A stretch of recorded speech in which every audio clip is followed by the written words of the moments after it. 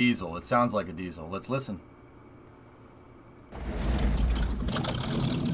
Fuel-injected suicide machine. Is this Mad Max? No, this is not a diesel. No, no, no, no, no, no, no, no. Here. There, hang on. I can't hear it. Give me 1 second. That's Mad Max. It's a 350. No, not a 351. It's a 350 Chevy.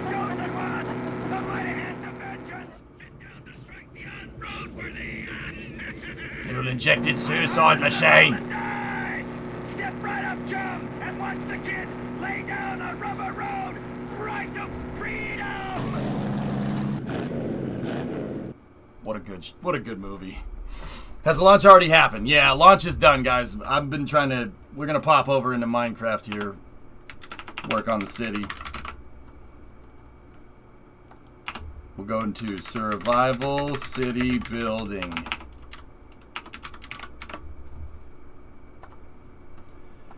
The way it idles, it sounds like a diesel. It's just a cam Chevy. Flykin. Well, not just a cam Chevy. It's a. So that's a. That's a car called a. It's an Australian car called a Monaro.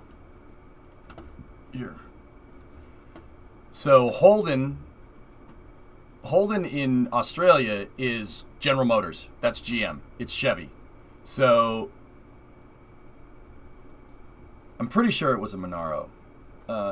It's that car right there, or something like it. Lots of duration there. I mean, yeah, at least from the sound effects here. Let me see it again. How much damage? Oh, no. I'm a fuel-injected suicide machine. Yeah, hell yeah. Isn't Holden a two-seater? So it's one of those. So let's see. They would have put a junk. Yeah, that's what it is. It's just a cam Chevy. It's a 350. Dude, you think that GM made a lot of LSs? They made millions of 350s, and they sold them to Australia. They sold them to the UK. Not so much the UK. GM did sell a small block to the UK. It's this engine. It's a Buick motor. It's called a Rover 3.5, and it's okay.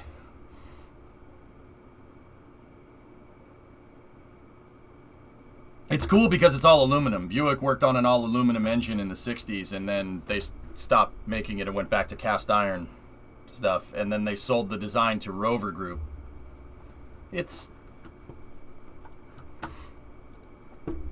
I mean, Mick, I think Jeremy Clarkson put it the best. How can you make a V8 that makes that little power? But then again, emissions, and I removed them and launched them in the skip. Wrecked.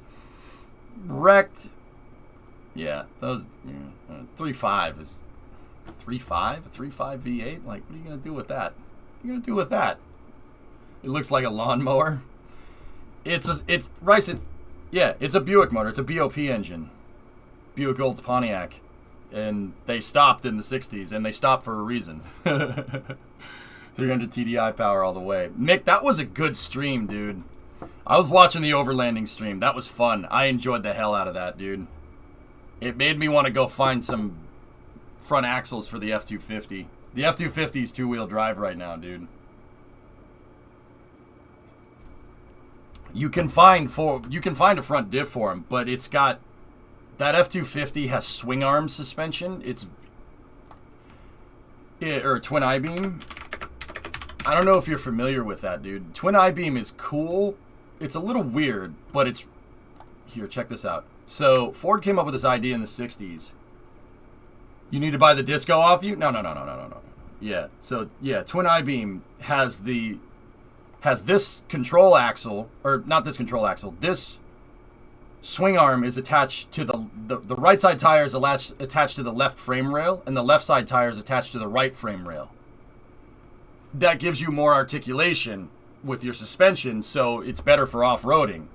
You can get these things. That's what my truck's suspension looks like on the 250 right now. You can get these things with a diff. Yeah, Ford put a Dana 50 in. Yeah, see, there you go. I can get this for the truck, but so Mick, just on a side note, while I'm here,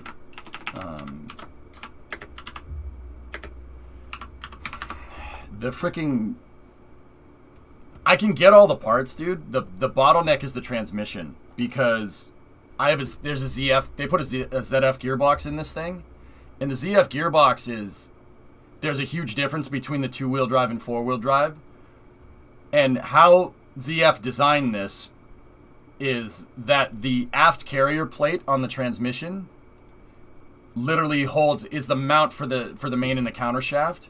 So if you want to change the output shaft on this transmission, you have to take the backing plate off. And if you take the backing plate off, you have to take the whole assembly out of the you basically have to rebuild the transmission to convert one from 2-wheel to 4-wheel, which is, dude. Yeah, no. I looked up the procedures to do this, and I'm like, nope. Yep, nope, can't do that.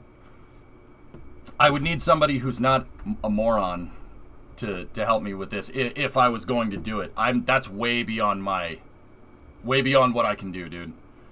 But yeah, this thing, if I wanted to make it 4-wheel drive, that's the bottleneck. That's what I'd need.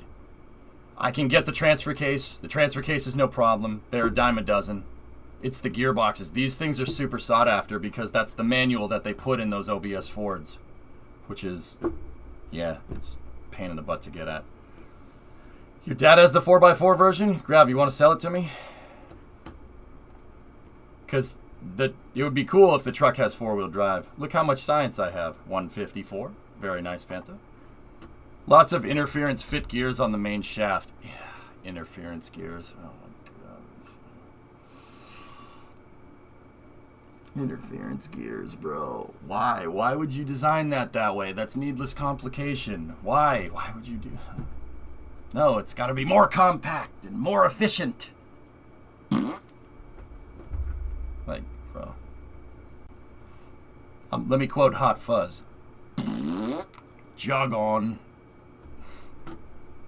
Ridiculous. If you want to need this complication, check out the V10 TDI. The Germans complicating things? No. So, yeah. Other than that, Mick, even into the 90s on those trucks, it's all mechanical. So there's no like electronic or solenoid control or push button transfer case or something. It's all mechanical. So it wouldn't be that hard to do. It's just getting the transmission. The transmission would be the hard part. And you need a transmission cross member. And obviously the front hubs are different and the control arms are different. It's a lot of work, but those things are a dime a dozen, dude. It's like they're everywhere.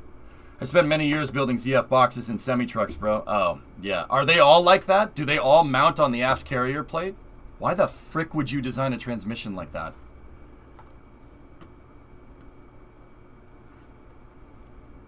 I don't know if he wants to do that. I don't know. Handy 4x4s having the case. You get stuck in a ditch in the winter and transfer case need to rebuild too. I don't know. Coil spring over solid axle is the best, like Dodge and Jeep. But, well, there's Ford. Farm, I like the TwinIBeam. You can get super good articulation. It's great for off-roading. And it's heavy, dude. That suspension is beefy. But, yeah, solid axles are generally what you want. Like, Mick, you got solids in the Disco, right? Anyway, I'm going to load up Minecraft, dude, so we can jump in there. Dana 60s. Oh, nice. Oh, that thing is nice, dude. So you got a 300 TDI with Dana 60s. Oh man, that thing will drive across the Grand Canyon, man. Damn. Those Discos were cool, man. They were really cool. If I wasn't trying to buy a house, Mick, I'd be tempted. I need a stable for all my stuff, man. But the prices in Boston, dude, are like, they would be like trying to buy a house in Chelsea or something, man. It's pretty, they suck. I gotta move out into the sticks. The boost pin and alter timing should boost well. Hell yeah, that's cool, man. I think the guy before us smoked 4 low, towing a heavy trailer up a hill. Well, transfer cases are a dime a dozen, Gravioli. Like, I can find a transfer case. Ford made the transfer, or no, it's a Borg Warner transfer case, so they're freaking everywhere. Like, if the transfer case is smoked, I just need the transmission. You know? Or the output, the aft, I think it's called an aft carrier plate or something. But yeah, here, we'll jump into Minecraft, dudes. I gotta keep working on the LA subway terminal. I'm building a building right here for our city project. Ooh, what's this? Nice. Made some new things on the Minecraft server, I hope you catch them, and finished outside of one of the 2 original projects.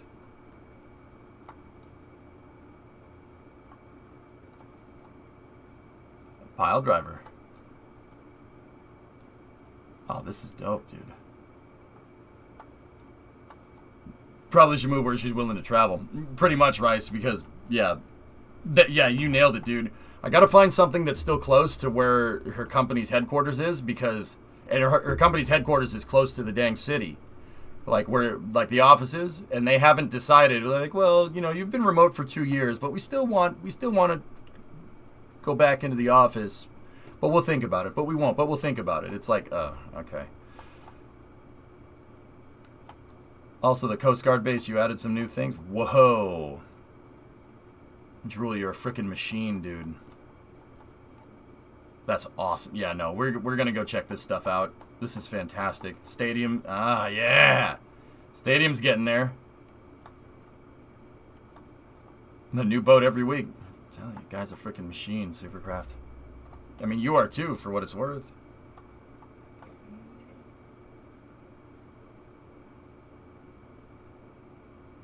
No, Brim, it's... I don't know, dude. I don't know what they're up to. They're like, well, you know, we're thinking about going hybrid, but we're thinking about not going hybrid, thinking about going remote. They basically just keep kind of kicking the can down the road. You know, oh, it's postponed. It's not postponed. Oh, you might be going back to the office then. And that's kind of screwing us because, like, so... It's not screwing us. Like, dude, I'll figure it out. It's not like it's a hard problem to solve. What's going on is, so, if they go full remote, that opens up a lot more places for us to live, you know? Like, around places in Massachusetts that don't cost an arm and a leg to freaking, you know, move to. Like where I'm in the city, right? And if they decide to not go remote, then that kind of cordons us off to a certain area, you know? So, yeah, we gotta figure out some stuff.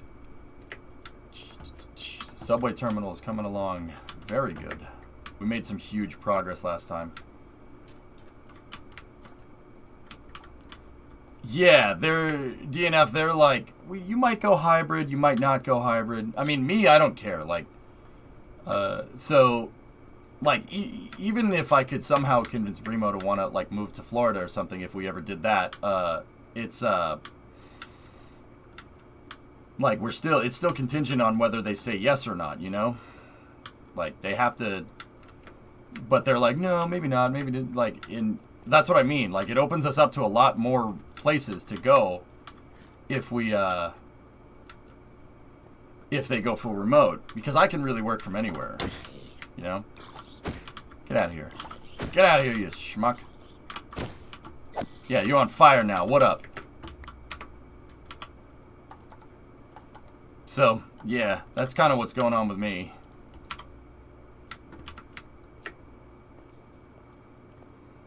Florida's too hot? Yeah, maybe, but they have rockets there. There be rockets there. Tag team.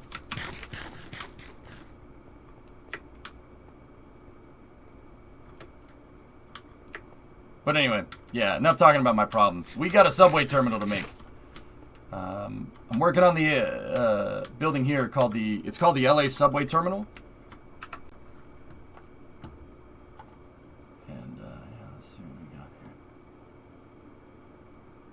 here. Let me get some tunage on here.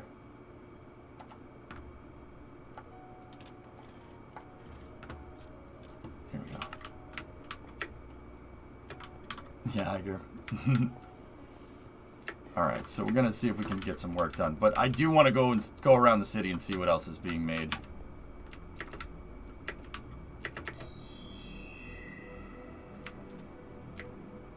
I love how he says Yiddish loan words. Thanks, Mel Brooks. What am I, a schmuck on the wheels? They will be here, you schmuck.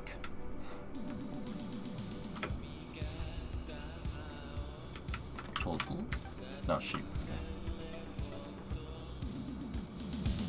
Yeah, Rice, which is, I'm kind of with you on that one, which is kind of why I've been like, all right, tell us what you're gonna do. Are you remote or are you not remote? So I can, get on with my freaking life. Human person's working on the church. Church looks real good.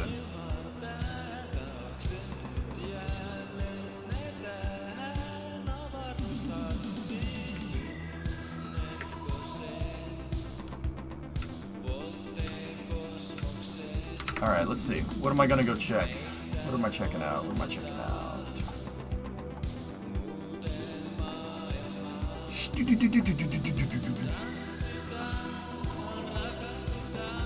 I want to go out to the pier real quick.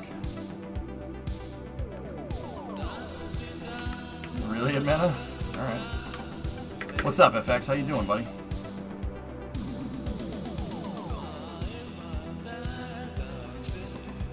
The outside of the Mercy is finally done. Inside building will be expansion 2. Cool. Yeah, I know, Rice. Yeah, it's just the indecision that's bothering me. It's like, but then again, every place is different, man. Everybody's, everybody does stuff differently, But yeah, I get you. Like, anyway, let's keep going.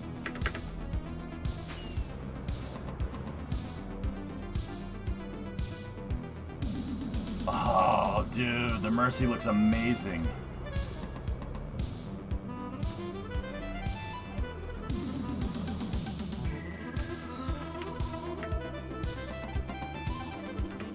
Sweet. Oh, looks like you got some power boom attachment going here.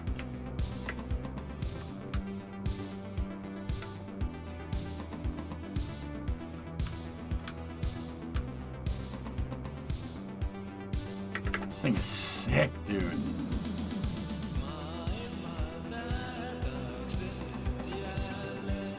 I'm gonna go over here and see what Vasi's working on. The tracking ship. Oh, that's so legit, dude.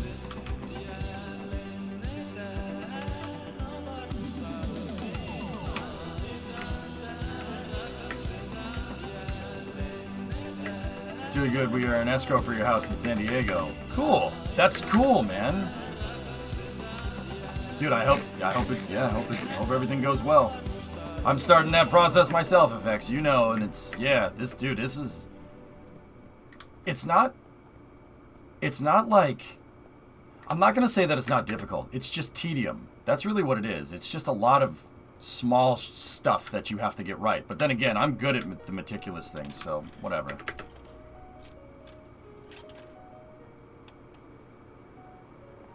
Yeah, I like Vasia's ship. That looks amazing. The tracking ship. So Vasia's working on a. So this is the Yuri Gagarin is what it's called. It was it's a Russian. Actually, I don't even know if it's still around. Hang on.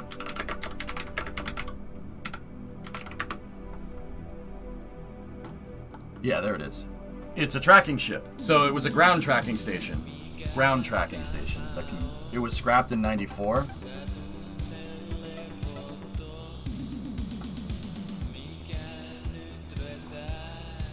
Нет, не хорошо. Нет. That's a cool looking ship, man. See, it's got all the tracking stations on it.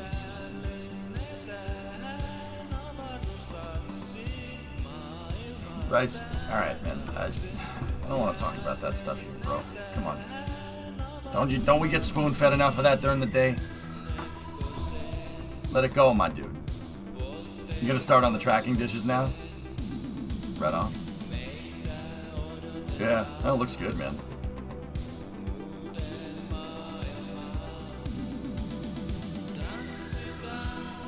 Cool ships. It's been a painful process. The house we were purchasing is 1.8 mil. What's the payment? Maybe wait, what the hell?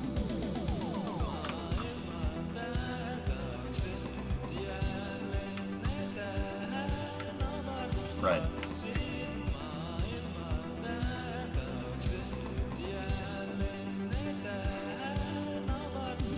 Yeah, that's pretty much what a house in Newton, where I'm at. That's pretty much what it'll go for.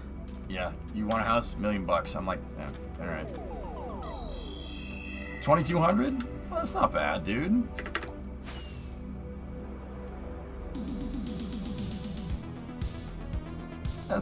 I mean, that's not the worst. This is Lunprod's working on the shipyard over here. This is starting to look good, man. Yep, tracks.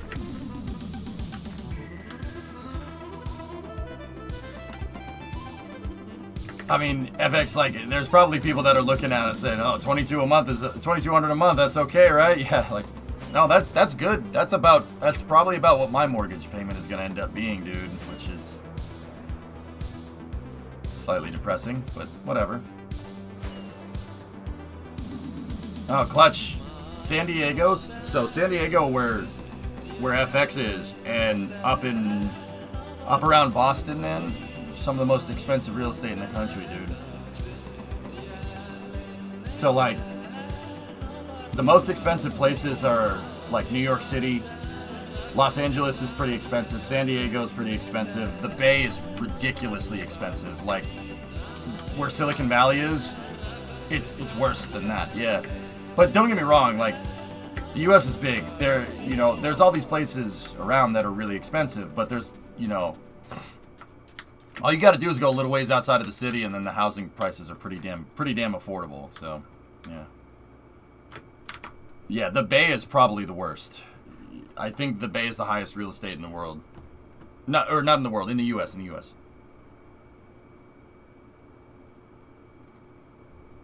However, that is 75% of what you make a month. Yeah, guys, but see, here's the thing. It's easy to look at this stuff, right, and be like, oh my God, that's so expensive. It's like 75% of your paycheck. Yeah, I mean, that's a mortgage. You want to buy a house, that's what you have to pay for real estate. And once again, I know people are going to be like, oh, it's a lot of money. You're right, it is a lot of money. But you got to remember, you're buying the house. You're buying the house. This is real estate, man. It's free real estate. You get real estate, you're made in the shade, dude.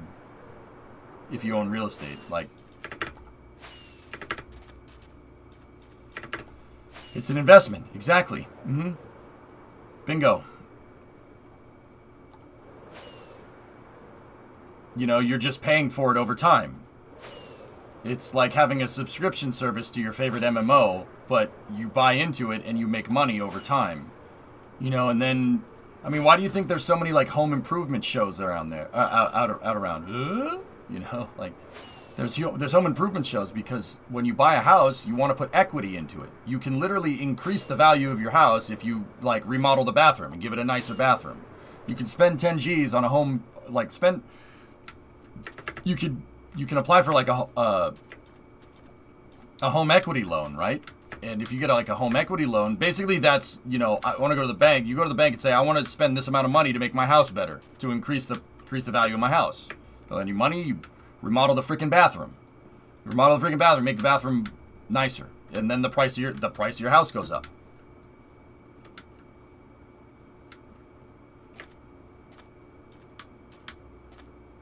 My mortgage is $650 a month. Yeah, Aries, that's my problem.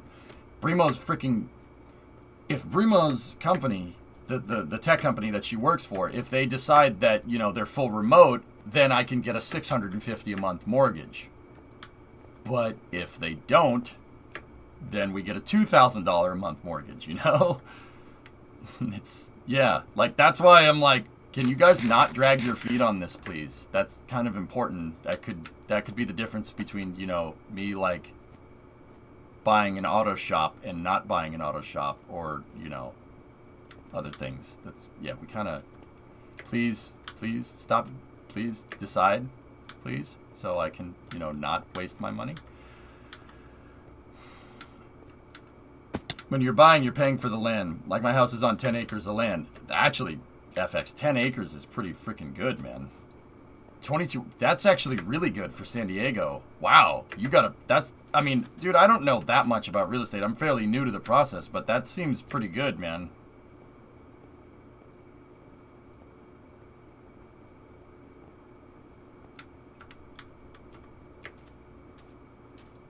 Spend $20,000 on a kitchen remodel, still eat out. Yeah, I mean, that's what people do. I want to see these new ships that are out here. Ow. Ow.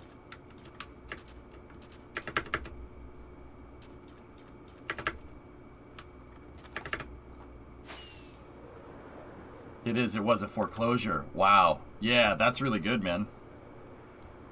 I mean, Rice FX got 10 acres in San Diego, man. Yeah, no, that's not getting screwed by a mortgage. That's an investment. You're gonna, I mean,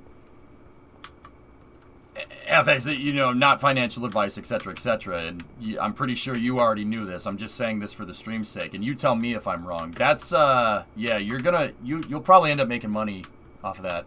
Can you sublet that down the road? Is that a thing in San Diego? Could you do that? Because, like, the reason why I asked that, guys, is because, you know, FX buying 10 acres. You buy 10 acres. If the city allows you to cut that plot up, you can zone. You could cut the plot up and zone, like, 4 houses on those 10 acres.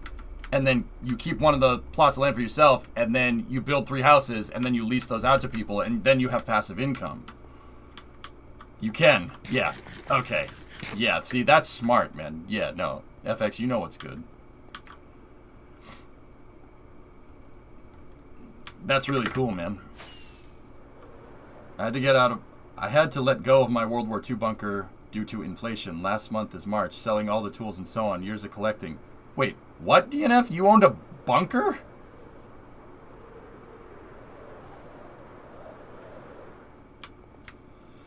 Yeah, exactly. Or you could just, yeah, Jim, you just hold on to the land. I mean, real estate prices, I mean, yeah, there's the, you know, there's, people say that there's a housing bubble right now, et cetera, and, you know, everyone's like, oh, the housing bubble's gonna pop. I really don't think it is. I really don't think it is. If anything, it won't pop, it'll just go down, because if they raise the interest rates on homeowners loans, I think that's how that works. If they raise the interest rates, it's not gonna pop, it'll peter out.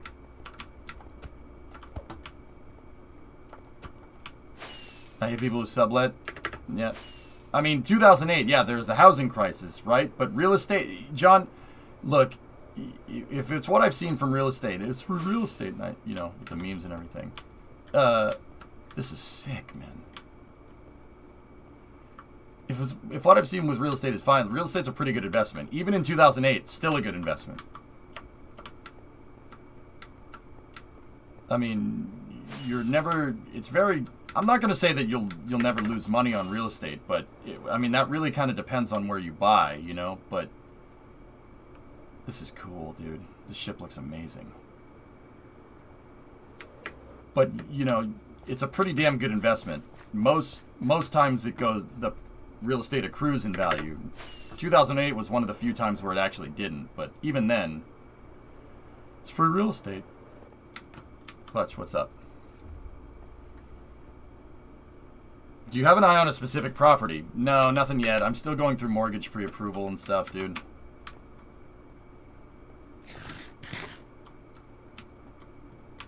Yeah, exactly. So, if people are curious, what happened, at least, and once again, you guys correct me if I'm wrong, I'm not an economist. I know spaceflight, so this is just from my dealings. From what I understand with 2008, they went lax on the criteria. They relaxed legislation on the criteria that you needed to get a loan. So more people applied for a loan. They did that, I think, because they wanted more people. It was an effort to try to get more people to buy houses or something, to try and make real estate more affordable. But the problem with that is that you had people getting loans that they had, like, if you know, there were people like that worked at McDonald's, right? And once again, I'm not trying to say like, oh, people work at McDonald's is bad, you know, like, there were people that worked at like Mickey D's trying to buy like $1 million houses, and they were getting approved for their loans. And now, once again, that's not, open the missile tubes. Nice. you know, like the people should have access to housing, etc., etc. That's not what I'm trying to say. But there's no way that they could have paid these loans back, and a bunch of people defaulted on their loans all at the same time, and that popped the housing market. That's what happened in 2008. It's just subprime loans. Where's Econ Greg when we need him? Yeah, I haven't seen him in a little while. Hope he's all right.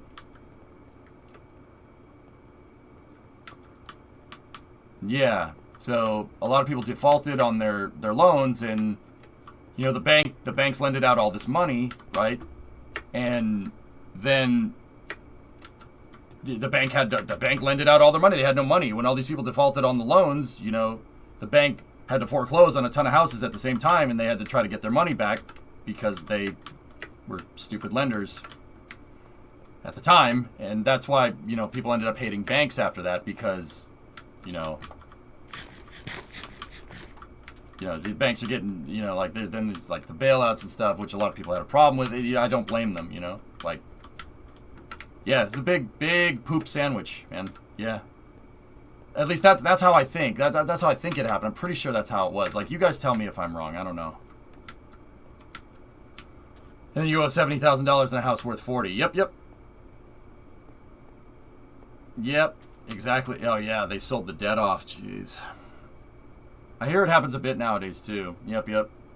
Sounds about right from the little that I know. Like, yeah, no, there's plenty of economist streamers out there like Econ Greg that would know this better than I would. These ships look fantastic, Drool, by the way. You are correct. Okay, cool. Like, I know that's a touchy issue with people even nowadays, dude, because, you know, and I'll be honest with you guys, and maybe I shouldn't say this. I'll be honest with you, you know, like it happened to auto companies too, because there's pension funds and stuff. So, you know, GM and Chrysler ended up going belly up, and then the government bailed them out. Now, the government ended up buying, like, controlling stake in GM, and you know, they bailed them out. They didn't, and GM didn't pay it back. Now, once again, that's a good thing and a bad thing. It's a good thing because it kept GM afloat. That kept a lot of jobs in Michigan afloat. So that's the good part. The bad part is that, you know, my taxpayer dollars are bailing out a company that makes profit. So once again, it's a double-edged sword. And that's kind of the reason why I'm not that big of a Chevy fan post like 05, because crappy business practices, you know? Like, but then again, they got bailed out to make sure that their workers don't get screwed, which I do also acknowledge that it's a good thing, you know? Exactly. Yeah, Alan, it's just a crappy freaking... I mean, Ford took a government loan too, but Ford paid it back, which is part of the reason why I like Ford so much, because they, you know, they hedged their bets and they did it right. You know, that's part of the reason why I don't like Chevy. GM had to pay the government in stock. Yeah, that's part of the reason why I'm not that big of a fan, dude, because, you know, they took a lot of taxpayer money in a time when people were really hurting. You know, but once again, it saved all the workers there, so that also is not the worst thing to happen either. It's basically a big poop sandwich. That's what 2008 is. Here, have some poop sandwich. You want more poop sandwich? Oh, you don't? Well, here, have some more. You know, what did Chevy do? They took a government loan and they never paid it back. They straight up got bailed out. The government invested in GM, and then, you know, Chevy's like, oh, you know, we're the good guys. I'm like,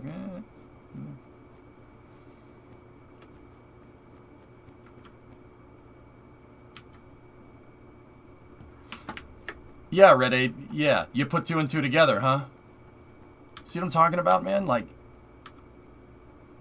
yeah. I have my reasons for not liking Chevy. Don't get me wrong. It's not just... I like older stuff, but yeah. But you don't understand. They're leading the nation in EVs. Yeah, funny how that works, huh? I'm gonna go check out the airport now. Yeah, Rice, that's what I was talking about, dude. If a state does that, it should not be a profit-oriented company anymore. Yeah, Jock, well, see? That's why a lot of people have a problem with that, you know? Go and throttle up.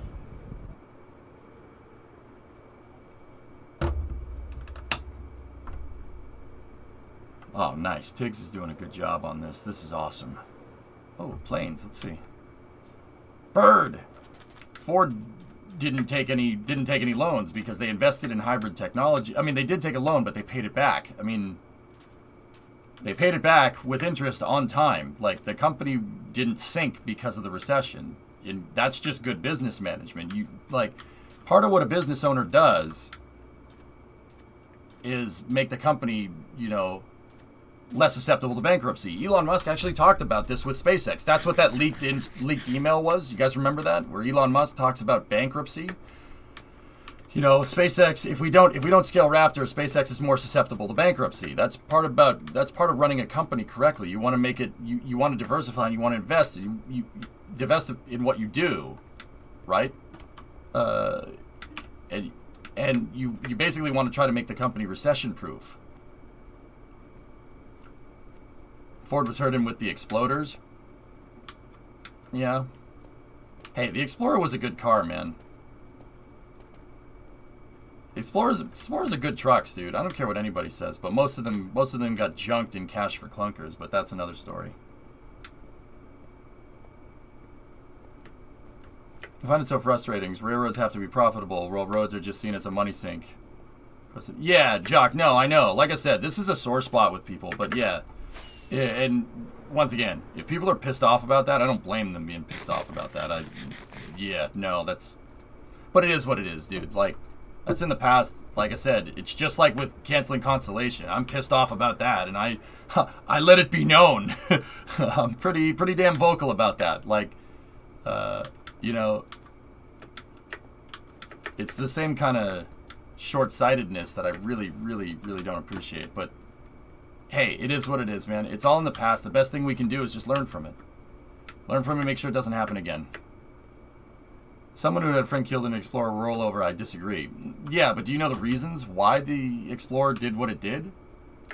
It's a really stupid reason, Atlanta. I mean, so and once again, I'm not trying to delegitimize your buddy getting killed or whatever in an Explorer. Like, it's still not okay. And, you best be paying for these people's life insurance policy. And that's something, I'm saying that about Ford, dude. I love Ford, but look, you still killed people. And your shoddy engineering freaking did get people killed. So, you know what happened? When Ford was doing product testing for the new Explorer, all right, when they were doing product testing, people were complaining about the ride. They were complaining about the ride quality, which I thought was hilarious because it's a frigging truck. The Explorer is a truck. It is literally a Ford Ranger with an SUV chassis on it, right? It's a truck. It's got torsion bar suspension. My Chrysler from the 60s has torsion bar suspension. Torsion bars are great for trucks because they're simple and they don't break. But when you try to make a freaking SUV, and this is why I hate crossover SUVs because they're not good at anything. People were complaining about the ride quality, etc., right? So Ford's solution wasn't to go and redesign the suspension, which is, they didn't want to redesign it because they already rolled out with it. So what they suggested was lowering the tire pressure to improve ride quality. And they lowered the tire pressure and just said, all right, the ride's better now. Literally, it's normalization of deviance. It's the same thing as Challenger, but with cars. It's really stupid. And once again, I love Ford. That's my company, but that's not my company. That's the company that I like. I like Ford products. Like, usually they don't have their head this far up their culo. You know what I mean? Like, because you have your head up your culo. So they did some testing. They lowered the tire pressure on the car, and then they're like, yeah, it's fine. It didn't do sufficient testing with lower tire pressures, and it turns out steel-belted radials like to pop when you have a heavy 3,700-pound truck with the tires deflated. Tires like to explode. Yeah, funny how that works.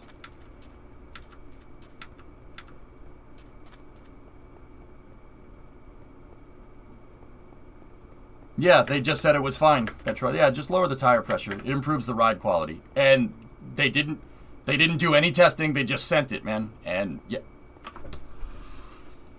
Oh, Ford, what are you doing? Stop this. You're not like this. Stop doing that. But yeah, so like, it's, once again, the reason why that happened is very short-sighted. And once again, Ford ain't susceptible to it, man. They're not insusceptible to it, I should say. Like, this, bro, what are you doing? Like, lower the tires on a heavy truck and for ride comfort? For ride comfort. And then compromise the handling on the vehicle. That's great. Good job. So, you know, after the whole thing with the Ford, with the Explorers, you know, rolling over and blowing out tires and stuff, right? They, what do I need? I need smooth stone. Ford, you know, told people to, they sent out a technical service bulletin is what they're called. And when they did that, they, you know, told people to just, yeah, no, don't run the tires at a lower, don't run the tires at a lower pressure. It's like, yeah, okay.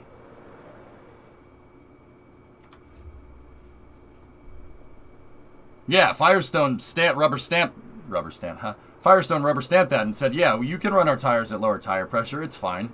Like, bro, what are you doing? So, yeah, I mean, I'm not trying to prove a point here. It's still, the Explorer's not a bad vehicle. It's not a bad vehicle. It doesn't have a design flaw with it. When you design the truck to have 30 PSI in the tires and you deflate that to 15 PSI, yeah, of course it's going to do something wrong. It's almost like, you know, if you have a nuclear reactor that specifically has safety systems designed to compensate for having a graphite tip fuel rod assembly, and then you remove all the safeties and it blows up, I mean, what the hell do you think is going to happen? Like, duh. Or, you know, you have a space shuttle and the SRB O-rings aren't working correctly, and then you just look at that and you say, yeah, it's fine. You know, it's not a bug, it's a feature. That's literally what they did with Challenger. It's the same nonsense. Like, what are you doing? What the hell? What was it that caused the exploders to catch fire? I only know about the tires, right? So I never heard about anything else. Regulations are written in blood, just sucks I knew what the blood was. Yeah, no, I'm not trying to delegitimize that, nor am I trying to be corporate shilling, man. I really don't like corporations. Really don't like it. Really don't like them. Yeah, because of the nonsense that happened in 2008, you know. But that's another story. Like, I don't want to get on the soapbox, dude. Not today.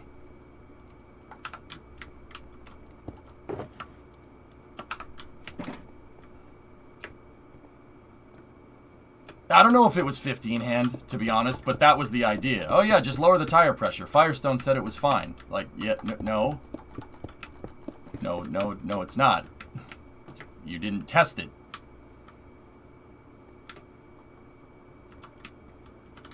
Blue filed for another new building. This one would be on the North Campus. Let me see.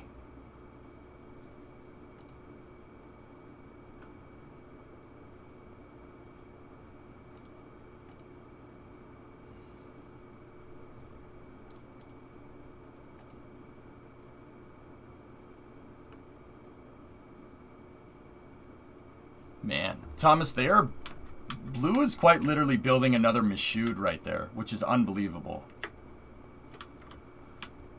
You know what, dude? I was listening, you made a good case. Yeah, no, like, and man, it's not a bad design. It's not a bad truck. But the thing is it's a frigging truck. You want a truck to ride like a Lexus, like, and the funny thing is that that's where we're at now. SUVs, and this is why I hate them. I don't like them.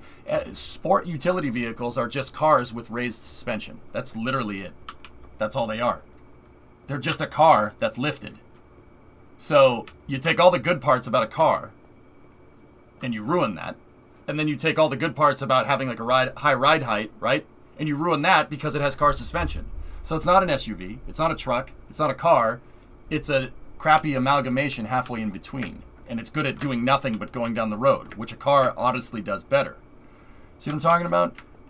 The Explorer isn't a bad design, but people were looking for, you know, they were looking for Lexus and BMW ride quality in a freaking Ford truck. Like, what do you want? It's a utility vehicle. Like, hello?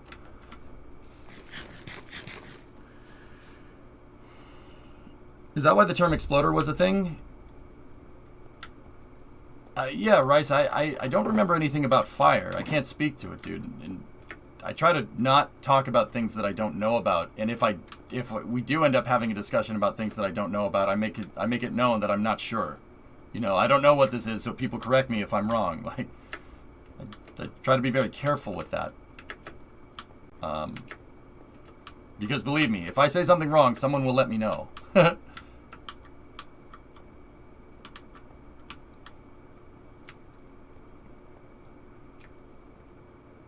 Yeah, Thomas Blue is really going ham. No, they won't. Monza S. It's true. I'm out of coffee. Yeah, Clutch, it's useless. Yeah, you remember that Grand Tour episode where they took that X5 BMW and tried to drive it up a hill and it just... Yeah, useless. Useless. Like, just useless. Anyway, okay, so we were working on the skylight. Skylight construction was there, and then the other skylight construction was here. Get a look at the Dyne map when you get a chance. The international runway is making some good progress. Hey, you guys made the bridge right there. That's cool. I don't know if... We might have to fill in, like, around the runway. You don't want water next to the runway, right? But yeah, this still looks good. Boring went ham. Yeah, he did good.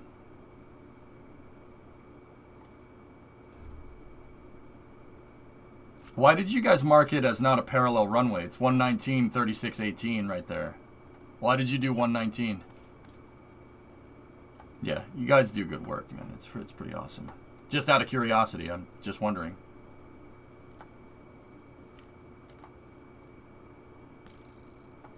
Hey. We did not know what numbers to put. Well, that's a parallel runway. So it is there for now. Any blocks you're going to need a lot of? I got 50 stacks of smooth stone cooking right now. Do you need bricks? I need quartz, Ian. We need quartz brick. Panta's been doing runs for me, but yeah.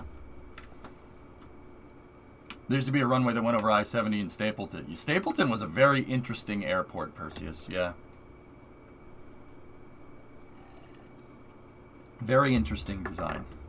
But yeah, that's what happens when the city grows as fast as the airport does. Alright, so I need to fill in some stuff here. I need stone brick here.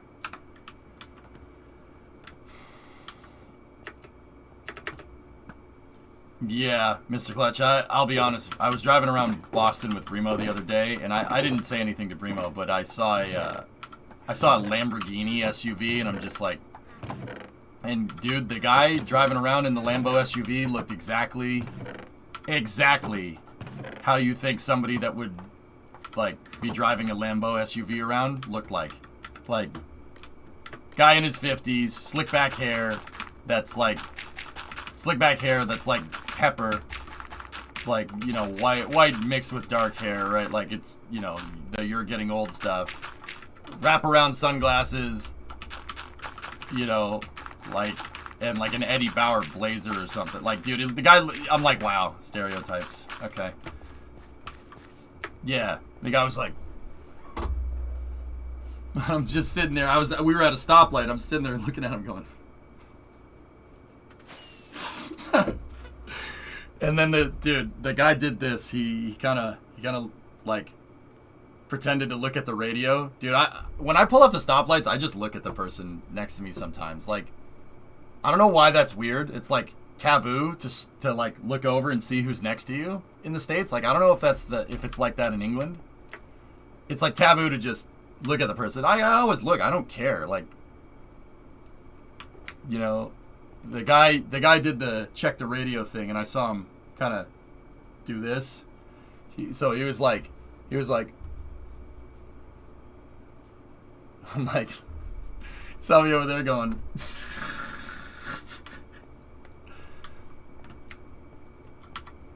Yeah, I was sitting there going, all right.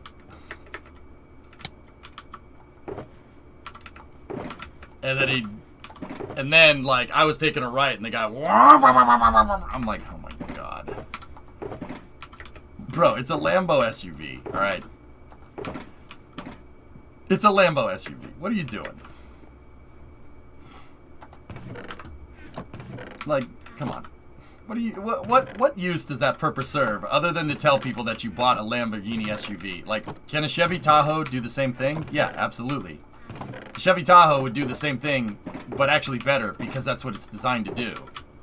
I mean, you know, like I said, I'm not the biggest fan of GM, but also at the same time, that's part of the, you know, it's a little bit of duality going on there because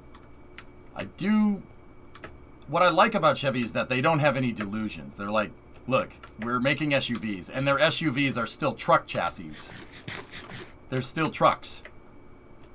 Which, yeah, I need stone brick. Dang it, I gotta go find some.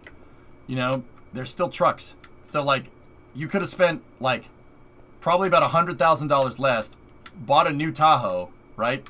Done the same thing, and it would have been better at what you're doing. No, but you bought a Lamborghini SUV because you wanted everybody to know that you have, you know, Lamborghini SUV. Like, all right. Here, I can use the smooth stone to make some. Guy making $300K a year isn't going to drive a Ford. Why not?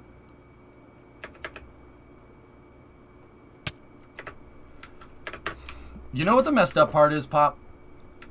I quite literally, if I had like ninja money, right? So like if I was like a really popular streamer, which, you know, like A-list Twitch stream, right? I would literally have the same vehicles. I would just have more of the same crappy vehicles. I'm not gonna lie to you.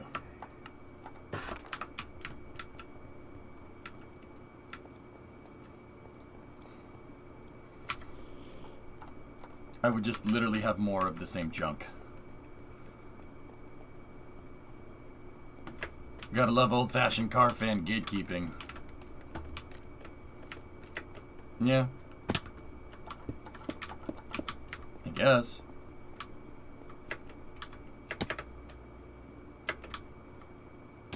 Unless he has a Ford GT. Yeah, that's right. That sounds like hoarding. Yeah, not really. Don't act like you wouldn't move to Santa Monica like Hassan. That guy, man. Dude, you... Thank you, sir. Yeah. And man, like, here's the thing. Cars are one thing. But no, like, dude, I'm not going to sit... You're right. I'm not going to sit here and pretend like I wouldn't want to buy a really nice house. But then again, I don't go around saying that, you know, oh, people shouldn't have a nice house either. You know what I mean? Like... And I know there's more to it than that. It's always more complicated. It always is. It's not that simple. And I understand that. Like, I get that, you know? I'm not going to sit here and pretend like I wouldn't do that. But here's what I would do. Here's what I would do. I would go buy a house like in Hollywood, right? And I would literally have Tough Enough parked in the front. Yeah. Parked in the front. Oh, yeah. Like, dude, the nicest house you could think of, like, super nice with all this nice stonework, beautiful yard, and I would have, like, the Cornet and Tough Enough parked in the front yard. Oh, yeah. Oh, yeah. Oh, yeah. I'm not kidding. That's what I would do. I would have, like, a bunch of junk cars in the front yard. You'd have this super nice house with a bunch of pieces of junk in the front. Because, yeah, what are you going to do? What are you going to do? What are you going to do? I pay for this house, you know? Probably be like, call the police like, no, he has junk cars in the front yard. Oh. Yeah, that's right. I do. It's my property. Leave me alone.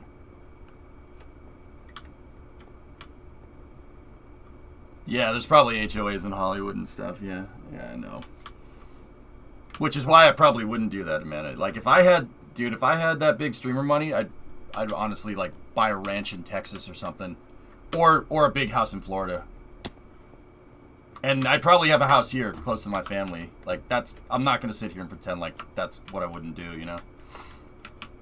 It'd be like the Beverly Hillbillies. Yeah, man. Look, the thing is, man, like, my family's pretty well off right now. And I'm not going to say that I didn't grow up in a really nice town, etc., etc. Like, I really did. But, like, here's the thing, man. The reason why I live in this really nice town, you know, where I grew up, etc., etc., is because my parents were here before it was affluent. You know what I mean? My family's been in this town for 3 generations. So I went to school with a lot of kids that were very well off. By the time I was in high school, there's kids driving BMWs to school. Kids driving BMWs, kids driving brand new cars to school, and then there's me and my 91 Honda. And don't get me wrong, I'm not envious either. Like, I mean, I probably was at the time. Like, man, screw these guys, you know? You're driving a freaking BMW, you think you are. But, you know, I understand that people, you know, different people have cash and stuff, but I also am cognizant of where I came from, you know what I mean? Like, I was one of the townies, like, my family's the townies that lived here. We've been here, and then all these people moved in, and you know, all of a sudden it's this really nice place to live, etc., etc. It's like, oh, all right. I'm gonna put the back walls in here. Want me to start filling in the glass for the skylights? Yeah, do it. You know, so it's about just being cognizant where you come from. You know, like that's kind of the point that I'm trying to make. Like, I am in a really nice area, you know, and you know, I had a lot of advantages being in a nice area, right? But also, like, you know, if like even when I was in high school, if my family tried to move to that area, like the prices skyrocketed so ridiculously fast, we couldn't do it. My parents couldn't even move to this town today. Like, no way, not a chance. They wouldn't be able to afford that. Do I have more smooth stone on me? Yeah, in the shulker. There we go. You know, so, like, that's why, you know, I think it would be really funny to, you know, have this really, really nice house with a bunch of junk cars in the front yard. That'd be hilarious. Most of the HOA rules regarding old cars and stuff also is about having the car being able to run. So if the car runs and drives and is registered, then, yeah, they can't do anything. It's just a car. How's that different from having 4 Lambos parked in the front yard? It's not. It's the same thing. Can't do nothing about it.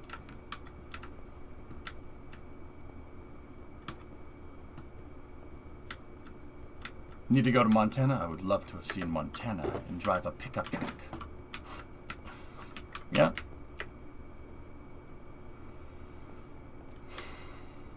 So, yeah, that's why I think that would be funny. It's, you know, if anybody here likes The Who, Keith Moon did that. Like, Keith Moon was the drummer for The Who, and he bought a brand new Rolls Royce, right, when in the 70s, and he painted it with house paint.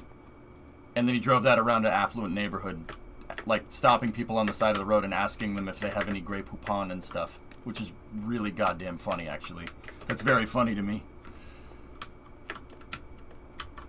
Because they can't do anything about it doesn't mean they can't try to make your life hell. Yeah, but Red, you forget one thing. I have more money than them.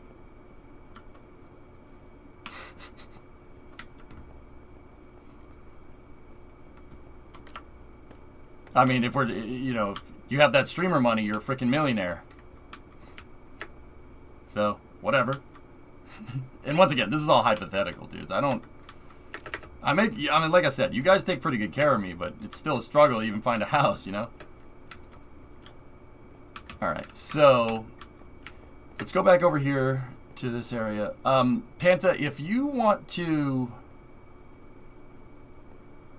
Yeah, I have 4 cars, man. Of course. These shop fronts right here are supposed to have, it's a glass storefront here, so let me get in here, and it's andesite, okay. So to vary the texture, I want to use smooth stone, there we go. So like, you need to make like a doorway right here, and then there needs to be glass in here. Yeah, don't do the back wall. I'm still not sure about that one. Maybe smooth stone. That's kind of what I had going. But then again, the inside of the building wouldn't be like that. That's just the foundation right there. So this would be something like this. And then this is the entrance. This is supposed to be like a small storefront, right? Yeah, there you go. But we also need doors, right? So you gotta maybe put like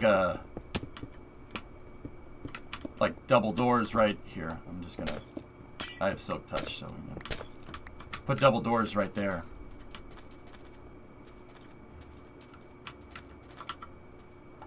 So yeah, I mean, like, once again, I'm not not really envious. It's just important to. Discovery, go at It's important to me to just recognize, not forget where you came from, dude. Like I'd never act like, okay, so, like, if somebody else had a, you know, if I was in an affluent neighborhood and somebody else had, like, a house that was a little bit run down, I wouldn't get up their tail about it because I wouldn't want that happening to me, you know? So, it's just important to understand that stuff. What are you doing in KSP later? I want to keep working on the chopsticks, to be honest with you. Hey, Alex, can you fill in... Leave a doorway right here and fill it in with the dark stone right here. So 1, 2, 3, 4, like that. Fill that with the dark stone. Yagi, what's up, brother? 20-month resub.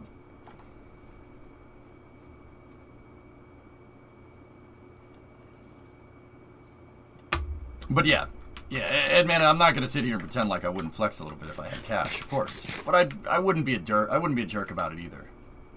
Like, honestly, if I bought a really nice house, I wouldn't like be posting about it on social media. I'd probably tell you guys on stream because, like, hey, I bought a house. Look at this.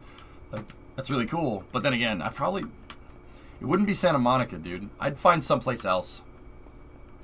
I mean, Santa Monica would be. Hello. Santa Monica would be sick. That'd be really nice to live there. Everything is right there. Man, like, I'm not a Santa Monica type of guy. I'm an El Segundo type of guy. Does that make sense? El Segundo type of guy, like Long Beach or Compton type of guy. You know what I'm saying? Like, I probably wouldn't move there.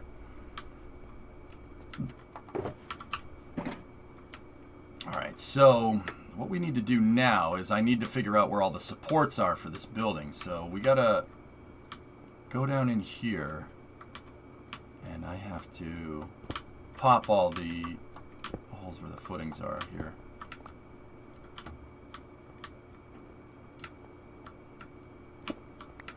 Probably be best to not post the address. Yeah, I wouldn't do that.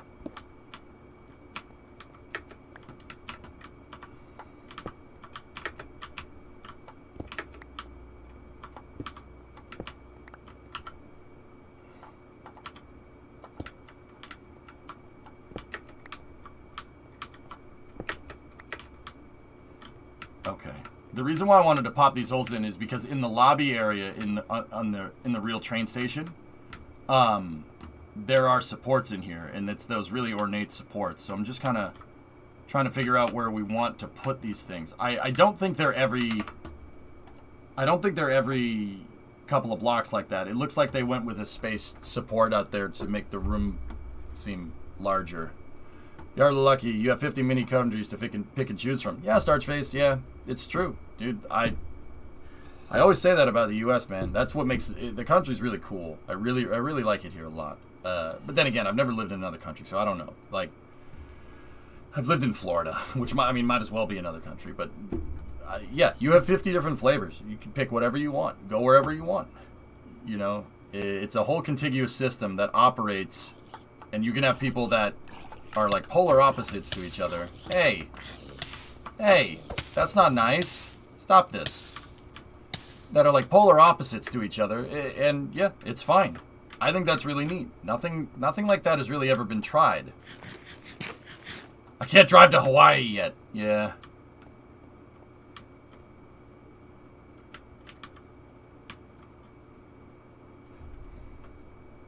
Oxnard? Yeah. Edmana, you know what? Lompoc. That's probably where I'd end up going. Lompoc. Because rockets. If I was going to go to California at this point, I'd go Lompoc. I don't want to be near people. Because it's like I know that my house is I'm gonna want an auto shop in the house, you know, so it's gonna have a big barn next to it, right? And for cars and whatnot. And I know that like, people would get up my tail about having cars in the front yard. Like, the only way I'd do that is if I had frick you Bill Gates money, you know what I mean? Like, or like Jeff money or Elon money, you know? Like, that's the only time I'd, you know, park cars in the front yard and be like, screw you. Almost any other occasion, dude, I'd move out kind of kind of near civilization, but kind of not near it, because I know that people would get up my tail about cars, junk cars in the yard. And I don't want to deal with that. The only time I deal with it is if I had enough money to deal with that problem. You know what I'm saying? All right, there's the supports. Look at those. That's beast. Very nice. Yeah, these are... I need the supports for the terminal. So, LA subway terminal building. Let's go. I need to find pictures of the main lobby. There we go. That's what they look like. And see, they got rid of the stonework. All these supports in the main lobby used to look like this. They used to have some really nice stonework on it. They took all the stonework off because whatever. West Virginia, need your opinion, come to the storefront. I don't know if I'd go that far into the sticks, dude. West Virginia's way out there. I'd probably want to be near the city so you don't, not too much sticks, but just kind of, yeah. Oh, we're going this way. Come to the UK. You can have whatever you want on your property because it's your property. Midget, for the most part, that's the case here. It's just in places where...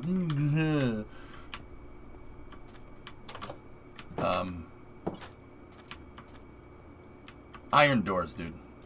These are cool, but I don't think they're going to match the right aesthetic for the building. Use iron doors, Penta, if you don't mind. Yeah, midget, dude, I'd say, like, probably, like, 90% of the U.S. people don't care. You could do whatever you want. Like, where I'm from, the Coronet's sitting in my parents' driveway, and nobody cares. Like, no one cares. I mean, they might, but if they do, they don't tell anybody, you know?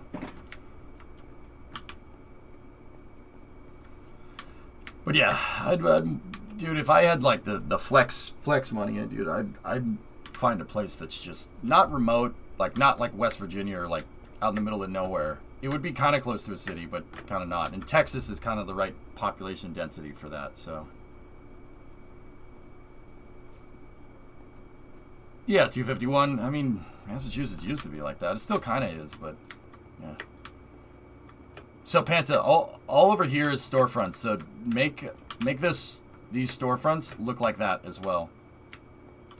I might need to put, like, supports for the glass or something. Yeah, Kyron, like, southern New Hampshire, I wouldn't be adverse to that. That would be cool.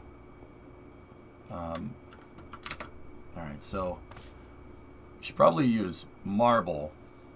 Or maybe, I don't know. What would get something close to this? That's marble, but it's not it doesn't look like the marble in game.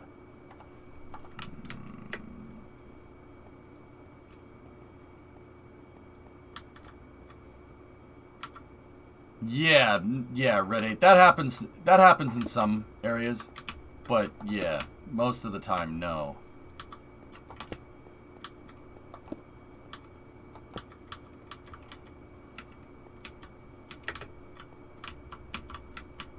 So there should be another footing right here.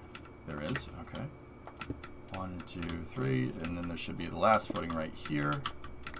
And then 1, 2, 3. There should be another footing right there. Yep. And then the last footing should be up in the wall. Perfect.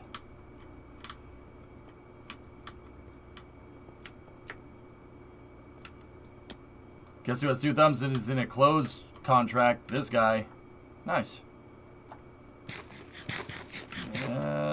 The quartz actually spoon probably would be the right move.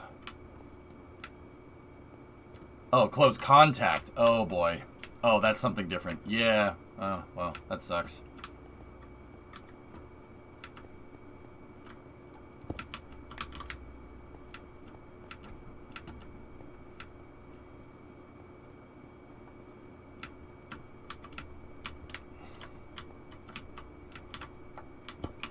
I want to make sure we use the most exquisite materials here. It has to be exquisite.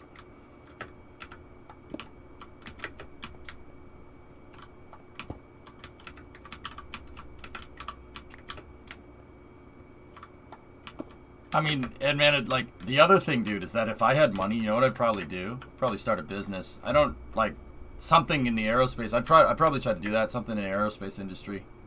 I know enough people, dude. All we really need is the, investment money. You know, if I had that, I'd probably start a business. And you know what I'd probably do? I'd probably find a town in the sticks and set up shop there. Something that's, like, dude, we were looking at Reynolds Air Park yesterday. There's this whole, dude, it's an entire freaking military base that's basically for sale in Florida. It's ridiculous. And man, check this out. So it's up by Jacksonville, up here. So we're kind of up. It's just like a little ways north of the Space Center, right? This whole freaking thing, dude. It's an entire freaking Air Force base. Like,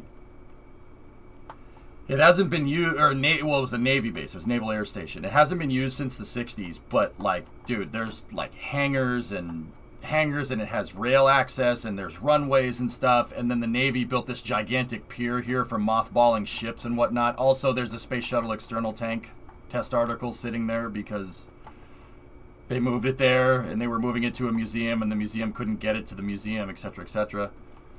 Yeah, Red 8, like, I'd probably honestly just buy this whole frickin' thing. I'd buy the whole frickin' thing, and it has a runway. You have an active runway, right? And for whatever reason, Florida built they're building a highway that goes right next to it, which is kind of cool, right?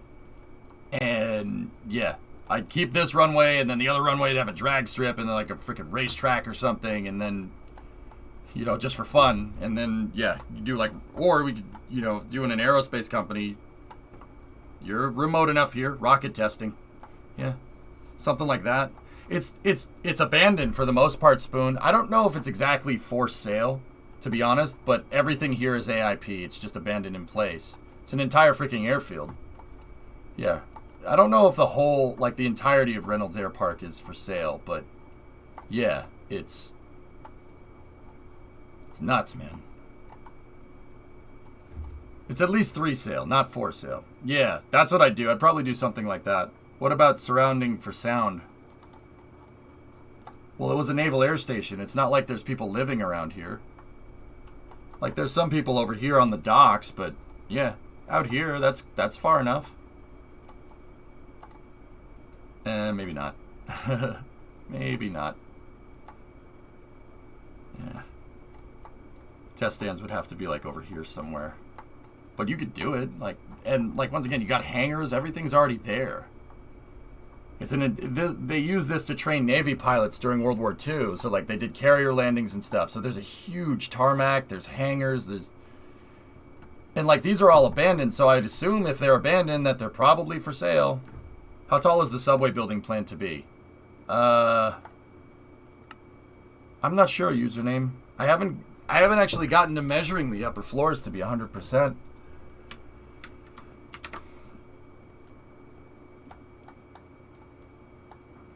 Yeah, see, this is, man, like, I don't even know if he's still here. That's the kind of stuff that I would do.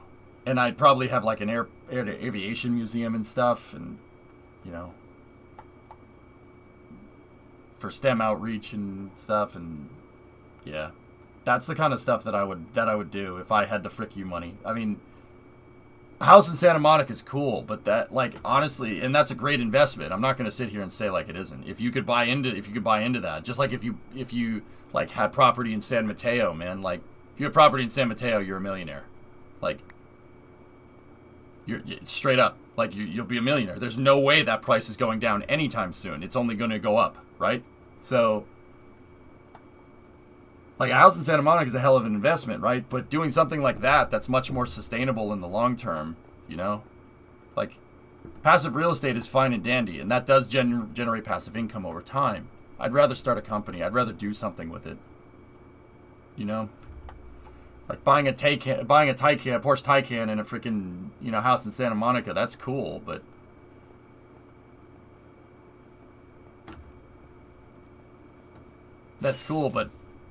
like starting an aviation museum and stuff and having an airport and, like building out a factory, it already has all the infrastructure there. Like Building out a factory making like rockets or something, or rocket engines, or test stands or something.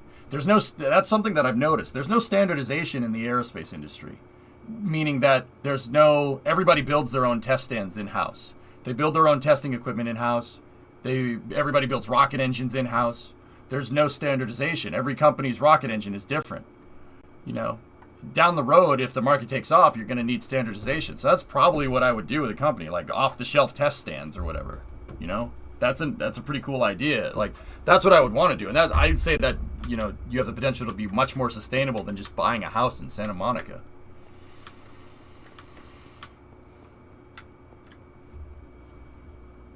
I'd rather, and that's what I mean about not forgetting where you come from. I'd rather give back like that, you know. Justin, you were live at launch and got some pics. Let me see.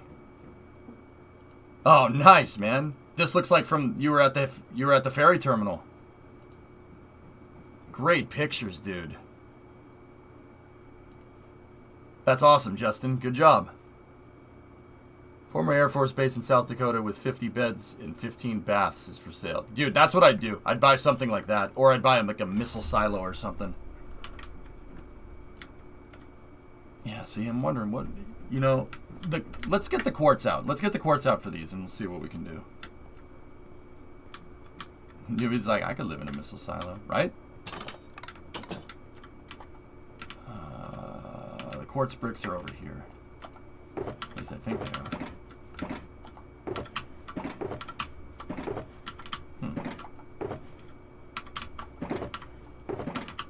Well, there was quartz here, but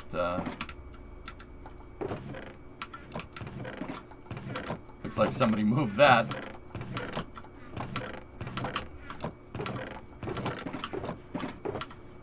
Well, that's gone.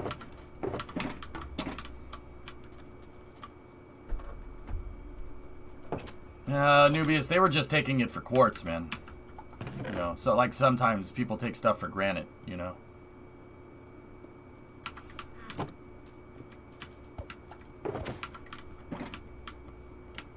Oh, yeah, they moved him over. You guys moved him over here. Word. Thank you. Let's see how these quartz bricks look. Oh, shut up. Yeah, we don't need to dig out the footings in the foyer, in the main foyers here, so. Yeah, that's gonna look sick. And then what do we want to do for the top where this really awesome crown molding is? Do we have any, like, is there like a, here, Minecraft blocks.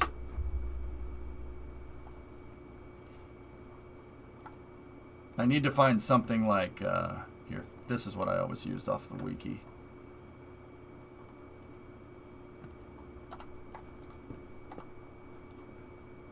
I need something like bronze almost. Somebody placed a block in front of me. Yeah. Alex, what are these? Hold on. What is this? Quartz pillar. Oh, yeah. Yeah. Do that. Yeah, the quartz pillar looks way better than the bricks. But we got to figure out what we want to do with the top as well. I don't know what the ceiling of the terminal is supposed to... Like, I don't know. Yeah, we have to find a way to get this shape. I just don't know how we're going to do that. How are we going to do crown molding? Maybe stairs? But then again, we need to find the right block. Is there copper in this game? I don't even know. I played too many games. I don't know what materials are in what.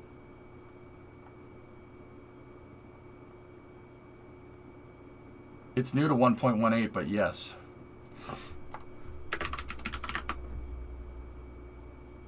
Oh. Well, shoot.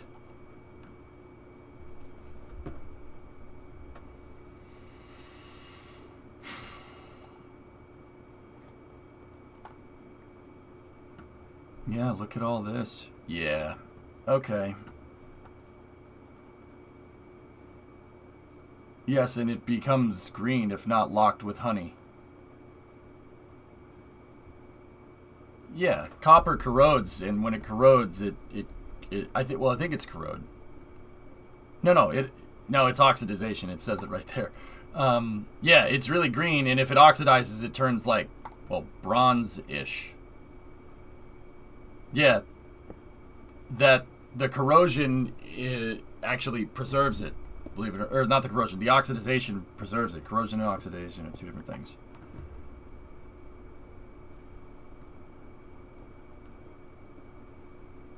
My factory building has copper on it.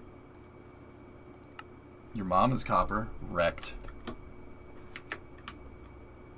Did I get it backwards? Yeah, there you go. Yeah, man, there you go.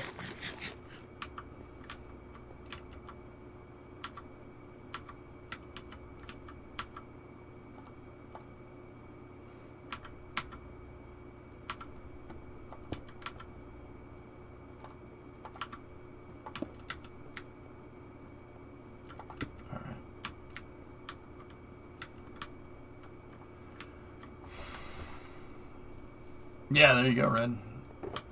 1, 2, 3, 4, 5, 6, 7, 8, 9. Okay. Oh, they already got the footings dug out. Man, these guys work fast.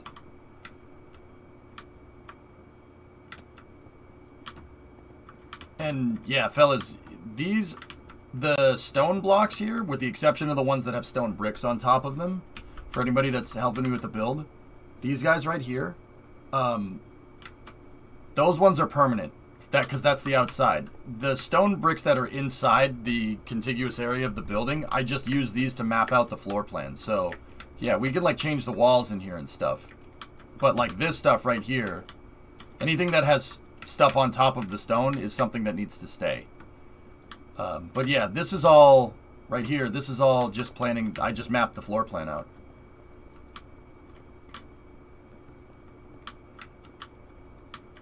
It's okay, Rice. You let us know that you don't like Minecraft. Literally every week. I get it. You don't need to tell me every time that you don't like Minecraft. I understand.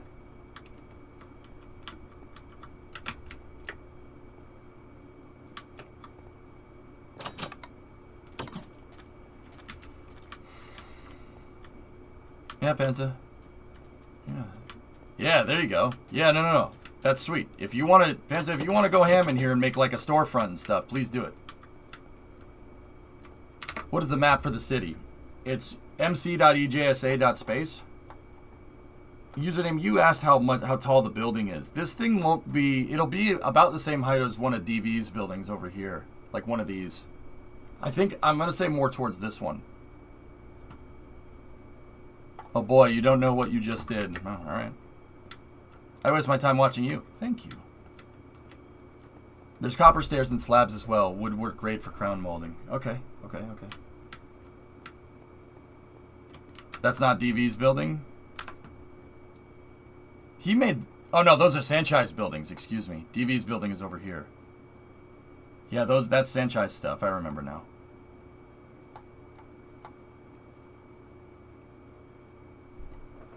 Oh. How long has the server been going? Maybe it's about a year. Believe it or not, dude, it took a good deal of time just building up to getting all the resources that we need to start building this stuff out. Like, it took a little bit more than you might think. I mean, we had to literally level mountains and stuff. Yeah, Senchai, yep. I know, I just said that. How tall are the buildings? I have kind of a zoning restriction right here, Moy. That's about as tall as you can go for here. On the other side of the... I think it's the other side of this boulevard here. Unrestricted zoning. So if people want to make, like, really tall buildings, this is where I want like, the downtown area of the city to be. Like, I'm kind of inadvertently the city planner because it's my server, right? So, like, this is where I wanted the downtown sector to be. So there's, like, we're building out a stadium. We're building out a train station. You know, if people wanted to build, like, the Sears Tower and stuff, no, it's not the Willis Tower. Shut up. It's the Sears Tower. Like, you want to do that as long as you can, you know, finish the top of the building, yeah. Ever play Satisfactory? Yeah, Wednesday. I have a pretty nutso Satisfactory save that's... Yeah, dude, I haven't played it in a couple of weeks because I've been playing Hearts and Tarkov and all this other stuff and rocket launches and started playing Kerbal. But yeah, I play Satisfactory. Before a couple of weeks ago, I was playing it pretty much almost every day. I built a gnarly oil refinery, dude. It looks like, yeah, I'll show it to you sometime. It's really cool. Yeah, we built out a crazy. I have a train fuel distribution system. So like, we bring oil in from across the map, and I have like a gnarly train depot that has like a bunch of stations and. Here, hold on.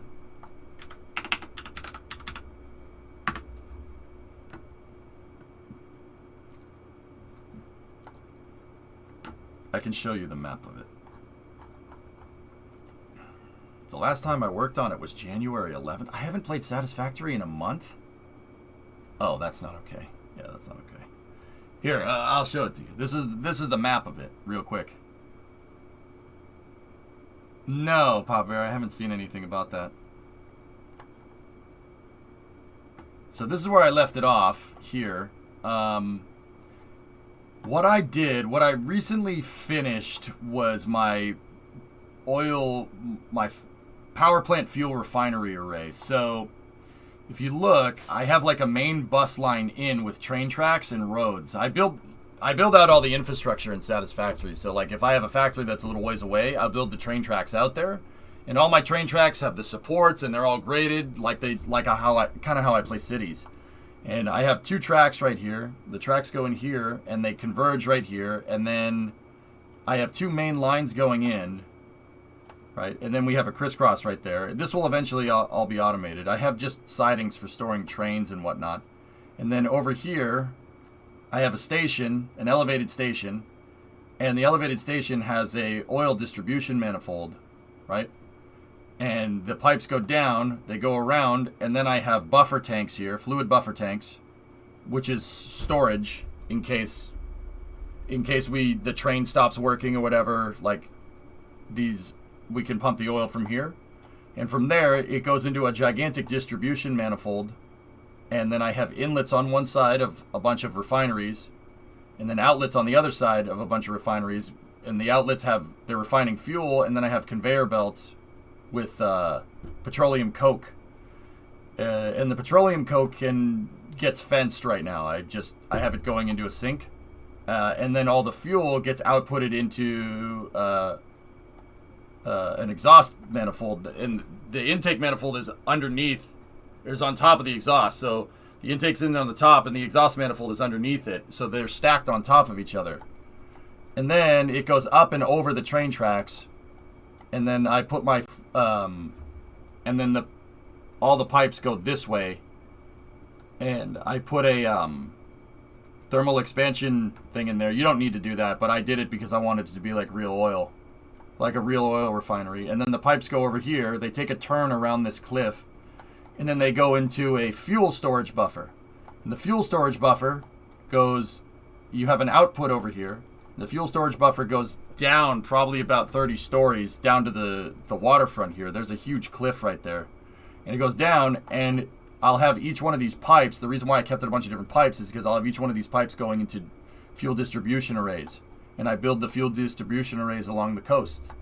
I have one up right now, at one cell up, and then I'll have another cell right here, and then there will be another one here, and there'll probably be like 4 or 5 of actually wait, no, I think we agreed on like 10 of them or 12. They'll go all the way down the beach here, and then the pipe will be distributed here, and then I have a main power output here, and the power lines go back up the cliff, and then I have a main distribution line here. This is the high power line carrying the main power from the power plants, right?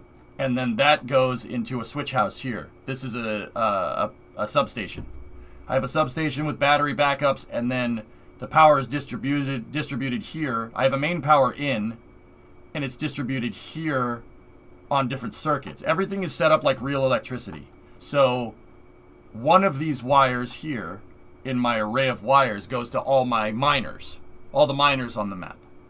And another one goes to all the assemblers on the map, or all the the factory stuff. Another one goes to the refineries. Another one goes to the trains. Another one is basically a miscellaneous power that I use to power the hub and just my garage right there. And the space elevator and whatnot. Yeah, all the power is distributed like it would be in real life. I have redundant circuits for lights in my factory. And then, so like the factory equipment is on a different circuit than the lights. So I can shut off the lights and save power, etc., etc. Dude, we went ham on this. DNF, I don't hate that. Yeah, and then the trains are on a loop here, and then the next thing that we were gonna do. So the whole thing that I was working on is changing the power. I had coal power plants right here, and the coal power plants were not enough. If I tried to operate every single bit of machinery in the factory, yeah, it wouldn't have worked. Like, the coal power plants were not sustainable, so I replaced it with oil because I have a ton of it. And maybe we'll do nuclear sometime, I don't know. So the cool thing about this is that one cell of these fuel power plants is basically better than the coal array that I have. So I've already surpassed what my coal arrays were for, and the reason why the powerhouse, the substation, is here is because that's where my original power plant was. The next project that we were going to do is this is enough power. This is more than the coal power plant, but it's not. It's more than the coal power plant, but it's not enough to sustain the entire factory. As I start turning on the factory and we start expanding it, my factory is a skyscraper, by the way. This thing is like 30 or 40 stories tall, and each level is doing a different thing. So like one level is making ingots, or not ingots. One level is making like copper spools. The next one is making copper coil. Next one is making cables. The next one's making plates, bars, screws, etc., etc. And then the higher you go, the more complex the material is. And then in the center of the factory, there's a spine, basically an open elevator shaft, right? And that has all the conveyor belts, so I can move conveyor belts between levels.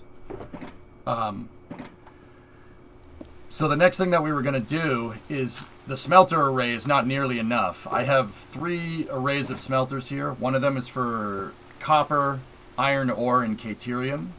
I was going to take this, make it 3 or 4 times the size, and build it right here. Move it where my power plant was, because I have a lot more space there.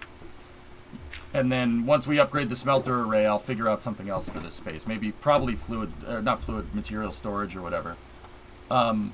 But yeah, that's what I'm up to in Satisfactory. The oil comes via train, and it comes from a distribution hub here that's tapped into 6 oil wells. And the 6 oil wells, it's actually really cool.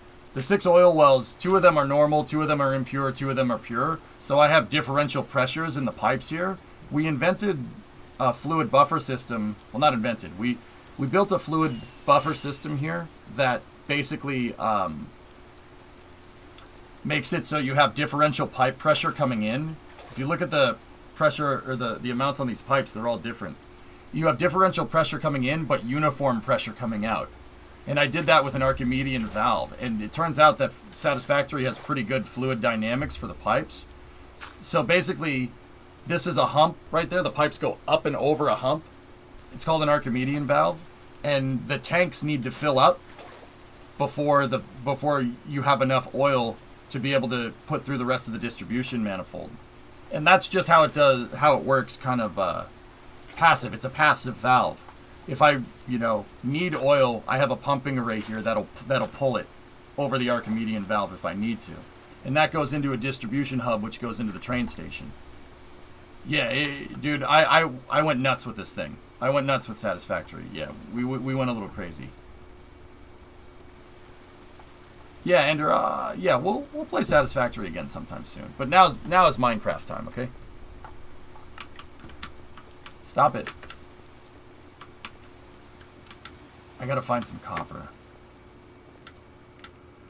Really want to make fun of you for being a nerd right now, but I also enjoy it. Yeah.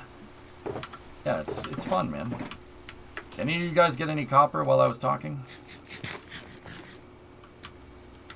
See the new beacons. Yeah. Yeah, I saw them. They're a little low. But yeah, that's cool. We can move fast. Alright, DNF. Good luck, man.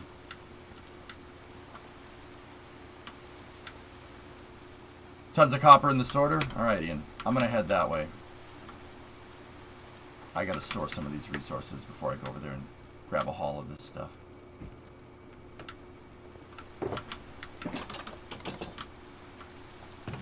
Do you use the plastic rubber recycling recipe? I don't remember off the top of my head, O-Force, to be honest with you.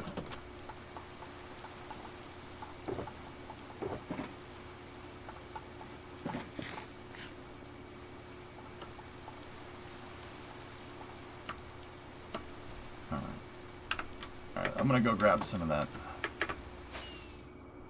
We need more copper. Basically every game that has copper in it, you always need more of it. You're getting the copper, Taylor? I'm already on my way over there, dude, so yeah, we'll see.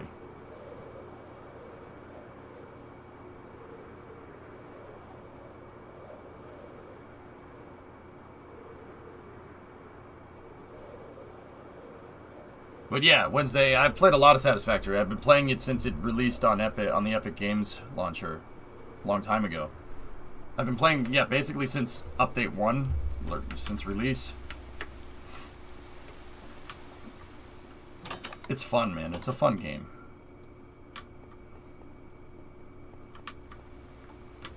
Ian, what floor is copper on? I guess because it's a new material, it'd probably be upstairs.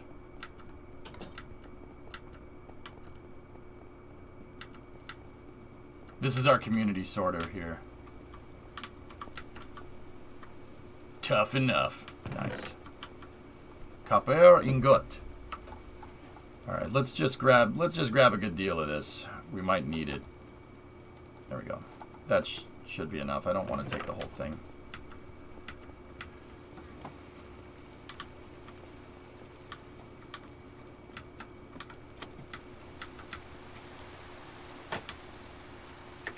The frames always go to hell inside of the sorter there.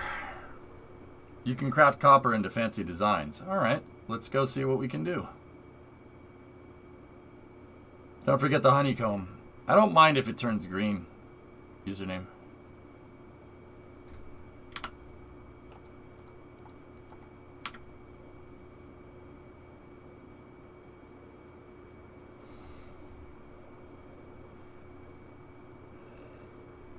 Yeah, Kermit, I'm with you. There's just so many things. But yeah, I had an electrical linesman and an electrical engineer help me engineer the stuff in Satisfactory. So like I have high power lines, circuit breakers, substations. Yeah, I wanted to do it right. Just like everything else, dude. We wanted to make it so somebody would look at it and be like, oh man, you got the 3-phase high voltage lines correct. That's really cool. Yep.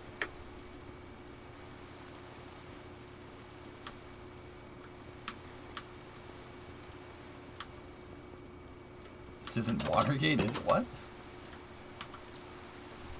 Alright, what can you do with this stuff? Okay, you can make ingots with it. So let's go copper.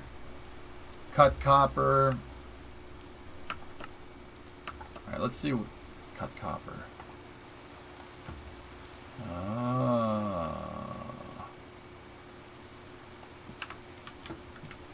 Interesting.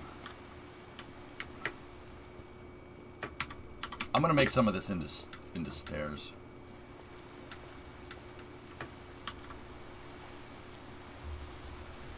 Damn.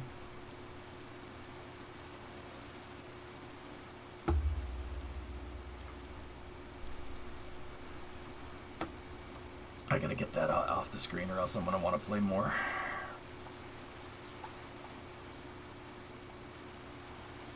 Can you make Terraria copper out of it? I don't know what that means.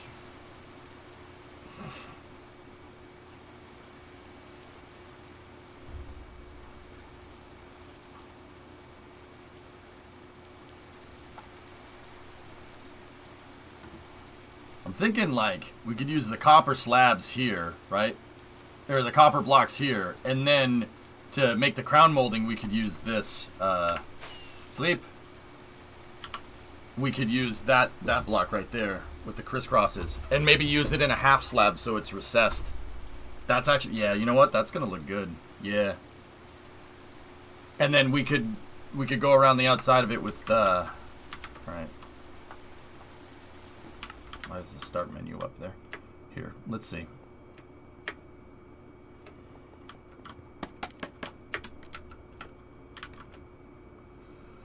So right here, give me a regular block. Oh, well, this is going to be the ceiling here.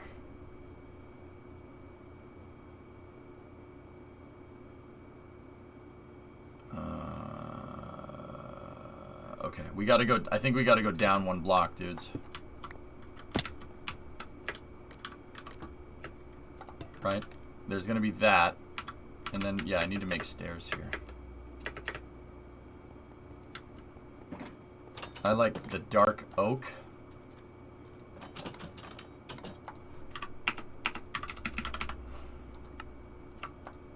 Let me get some of those, and let me get some of those. Just a little bit, like, we don't need a lot. Oh, yeah. Ian, you can do a lot with this stuff. Oh, okay. I see it. You gotta... alright. I see it. I see how that works. Alright, cool. I agree, Spoon. Yeah. Sounds right. So... I'll just put the quartz pillar up here because that's fine. Right? And then...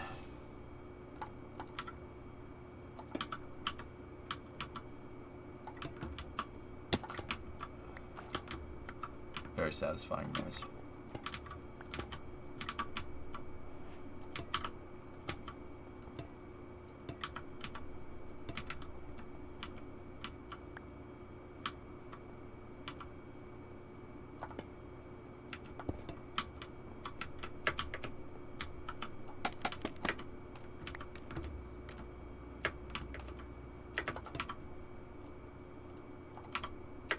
Oh, somebody gave me somebody dropped a bunch of honeycomb in my inventory. Thanks, dudes. I thought I just got that from making different recipes and stuff. Nope. Nope. Alright, so give me the stairs piece, right? And then we want... Can we do, like, upside down corner? Nope. Didn't select the right spot.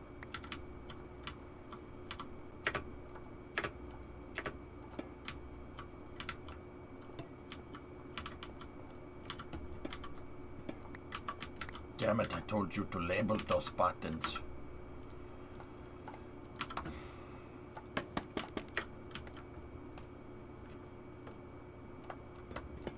I hope we get the iron farms working because emeralds are always in short supply.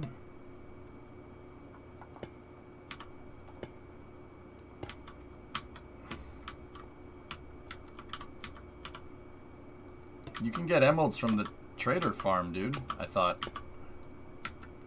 Oh, I'm gonna need more of that. Yeah, Neil, I see that.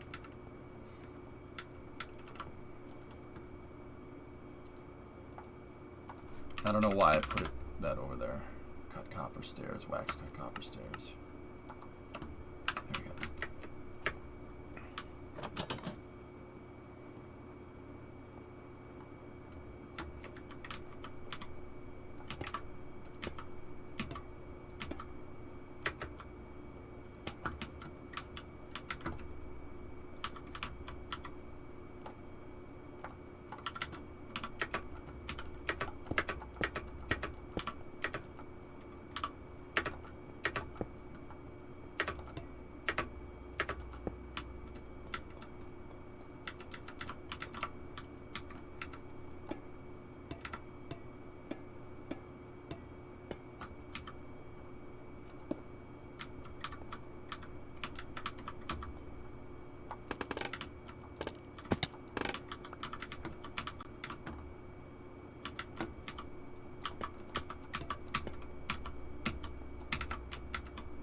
Come on, you.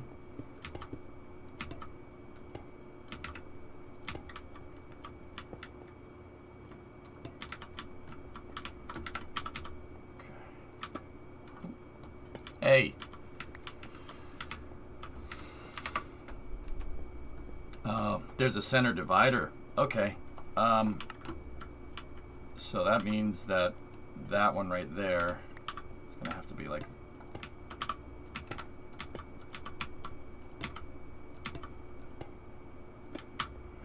like that, because that's what the real one looks like.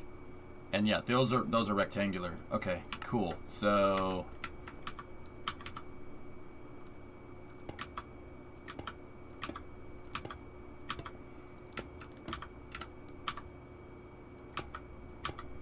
we're just at the height here.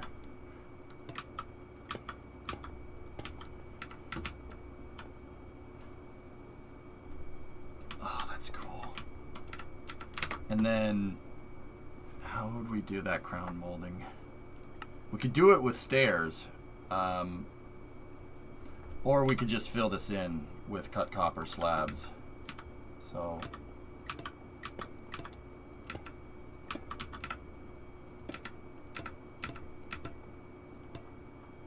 very satisfying noise.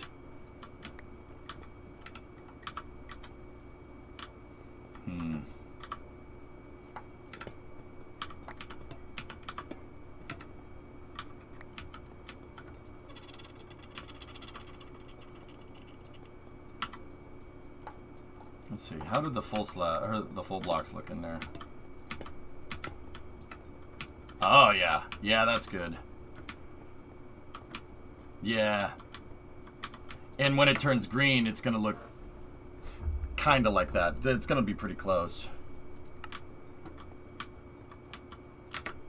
I just wish we could do something. We need like a block for the crown molding, but I'm not sure what. I'm not sure what.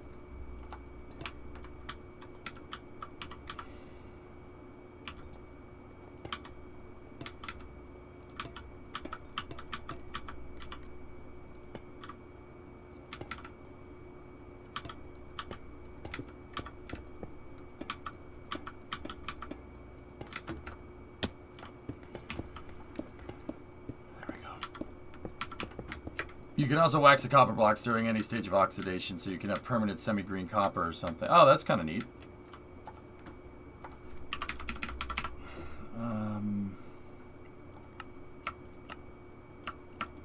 There we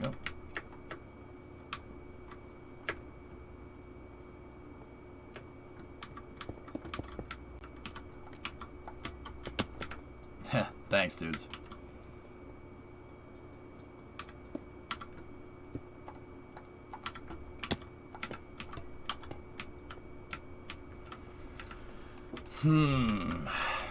Ha. Ha. Ha. Duh.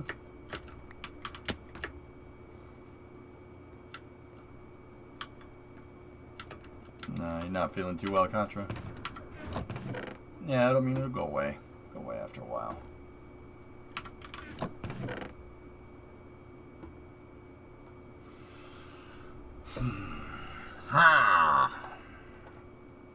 No, that's not gonna look good. It'll look like a Christmas tree. Yeah, I'm gonna wait till it changes color, and then we'll see. We'll see how it looks. I need half slabs.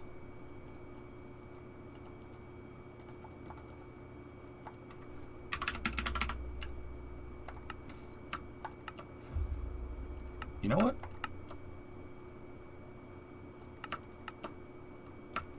You know what we'll try? We'll try that, and then, you know, let's just waxed cut copper. Alright, I got an idea. I gotta go lay down. This chair is killing me. Alright. Thank you for your help. Oh no, I can't do that because it's not perfectly even. Frick. Yeah. Well, I have a set of waxed slabs, which is fine.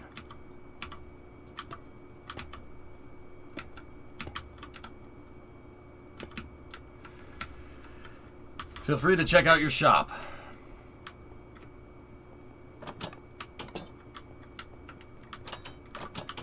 Yeah, nice. This looks good. You could intermix it with stairs so it'd fit. Yeah, I don't know. one thing that I do know is that we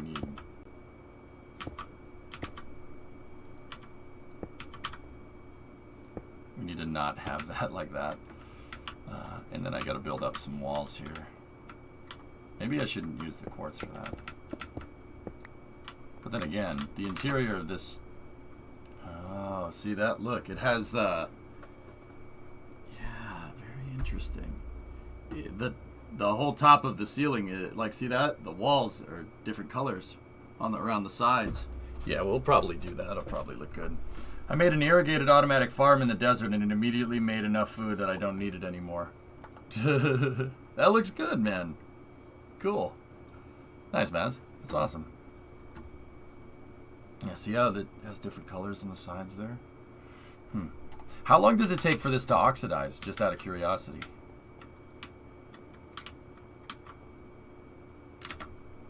And then, yeah, this had the real one had a bunch of lights hanging from the ceilings, so we're going to have to figure out the lantern game.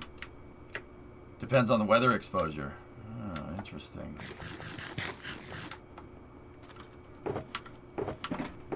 $50 to 82 Minecraft days. Wow, they ain't messing around, huh? It's like as long as it takes in real life.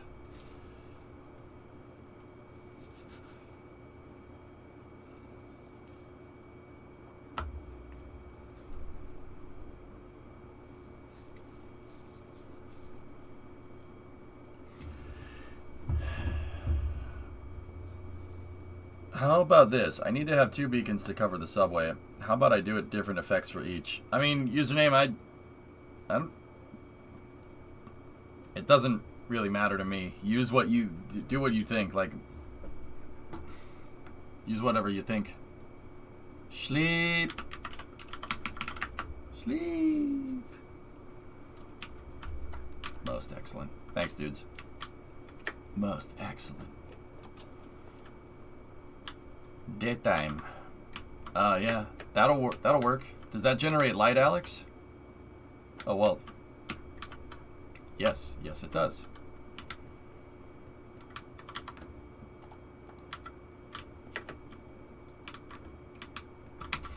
Alright. I hope we have enough copper to do this. LT6 cutaway engine. Let me see. Oh, wow.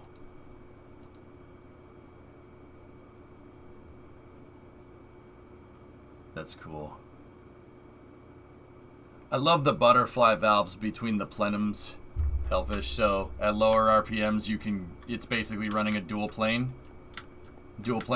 exhaust or intake plenum, and then at, you have the different butterfly valves that open, and it basically at high revs it turns into a single plane intake manifold, which is really cool. I think that's really neat. Those intake trumpets, though, yeah, those don't suck.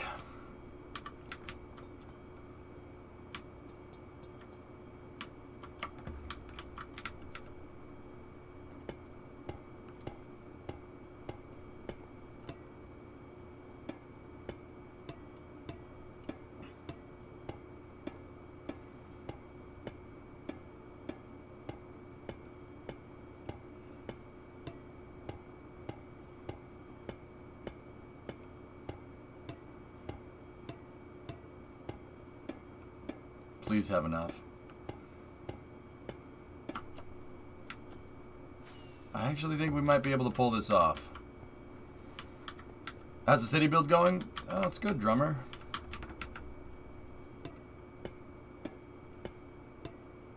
We're working on the lobby for the subway terminal.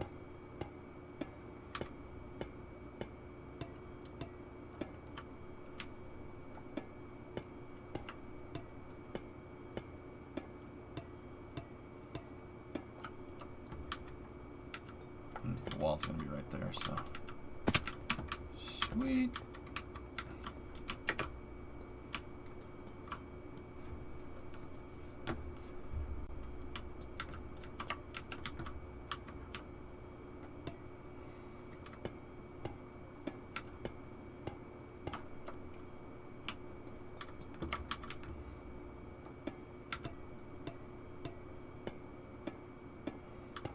What's up, Aries? How are you doing? How's things, man? Oops. Didn't want that. Didn't want that either.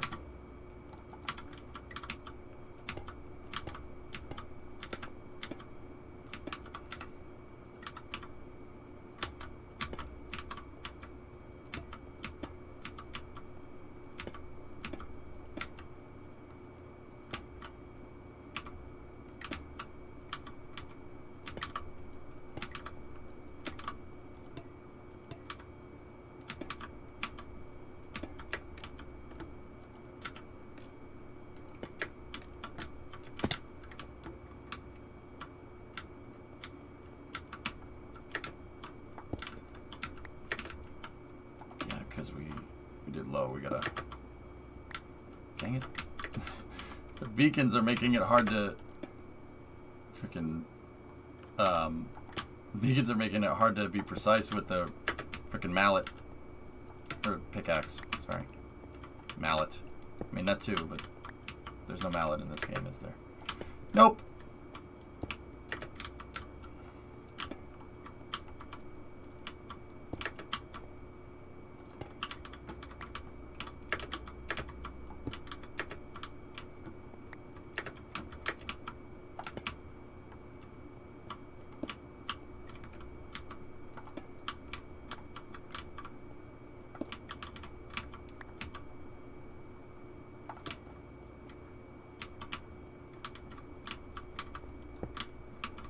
Gotta get the corner posts done right.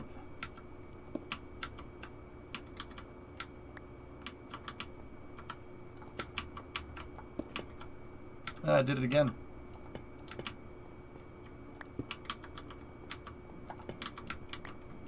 There we go.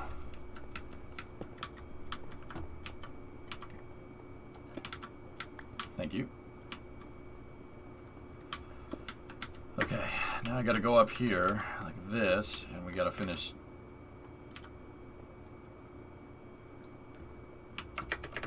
We gotta finish up here.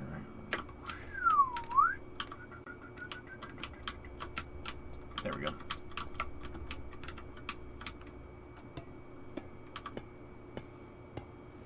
I just found all my old KSP craft files from like 2014. The memories, man, right in the fields. Yeah. Yeah. Sometimes, dude, I play Kerbal and then I go and show off like my old stuff. Like people are like, hey, do you still have a copy of this thing? And I'm like, yeah. And I show it and I'm like, dang, dude, all the freaking time that went into making that thing. Took me forever to get it right. But yeah, no, I'm with you. You're just like, wow, all right.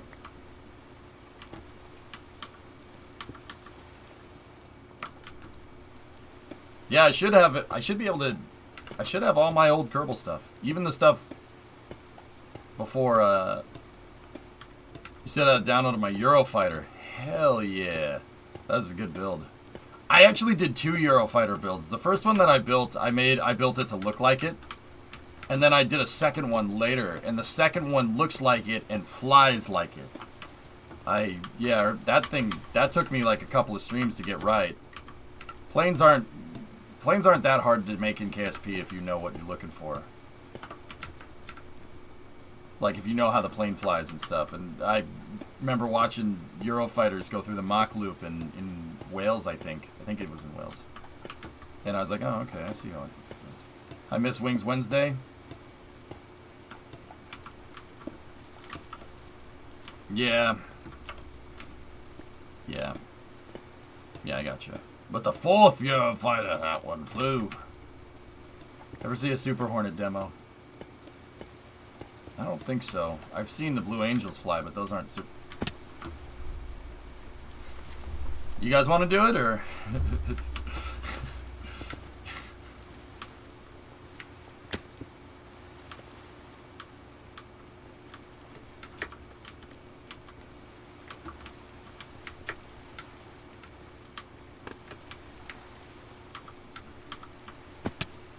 Satana. Satana. Why does it always rain in this damn save?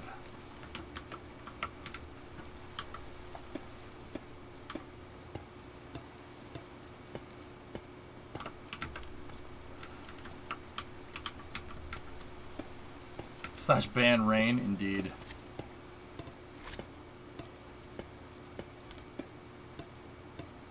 Just because the server is, is admin in the UK. Yeah. Seriously though, it rains a lot on this damn server. Like, remember last time we were building this damn thing in the rain all day?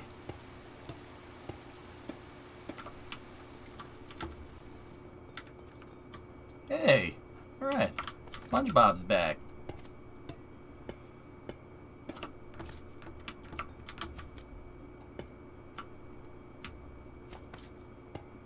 Blue Angel's in the process of getting Super Hornets now too. Yep.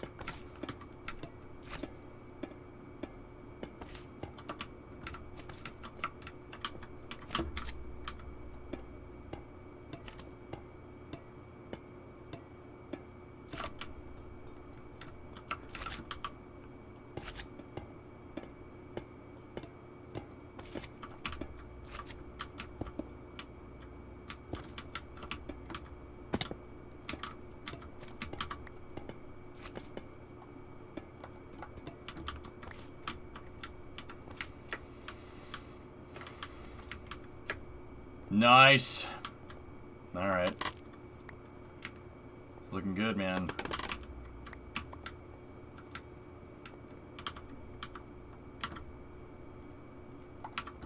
Now we gotta do the mid.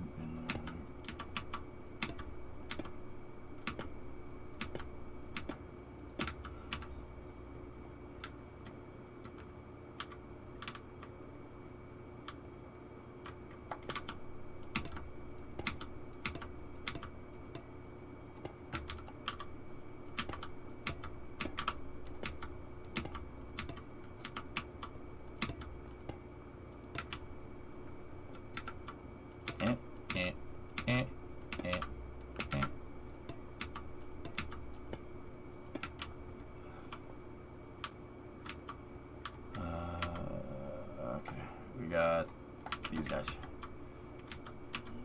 Yep.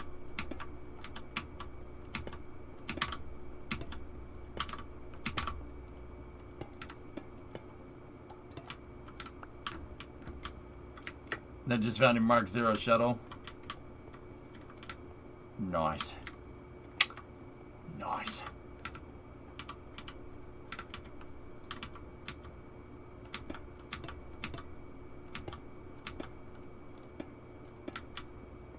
Nice.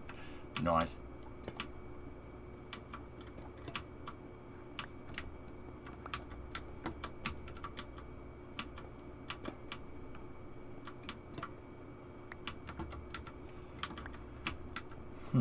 Okay, so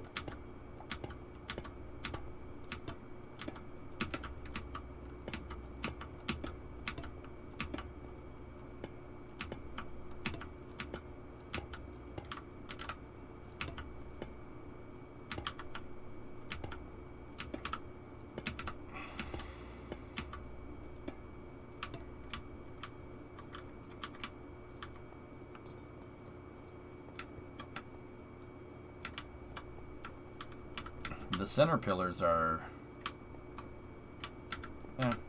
whatever.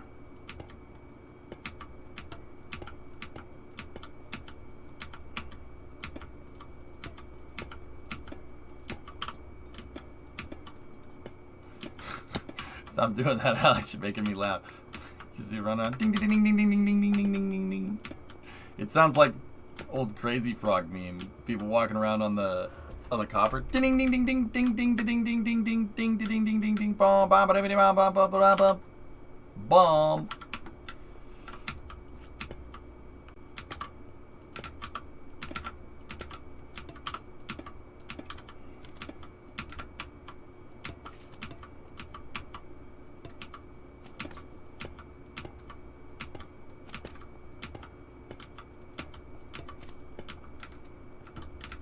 Now I can't unhear it. Thanks. You're welcome.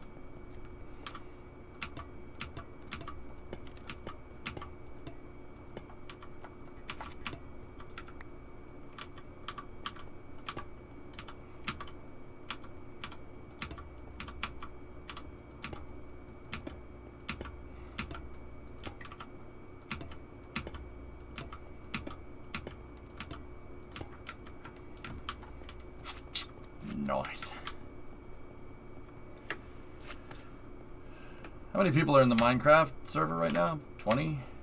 Yeah.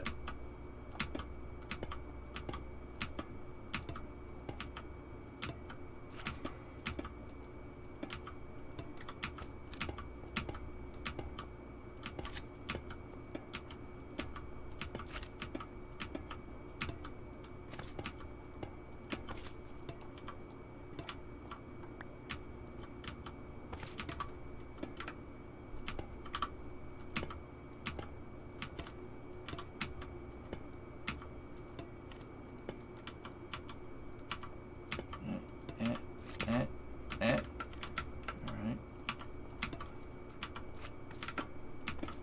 Damn slimes. We have a slime infestation. Shall I terminate? No. We love chihuahuas. No, don't kill chihuahuas. We love chihuahuas. What are your thoughts on For All Mankind? Season 1 is awesome. Season 2 sucks. Yeah, season 2 sucks. I really, yeah. But okay. To be fair,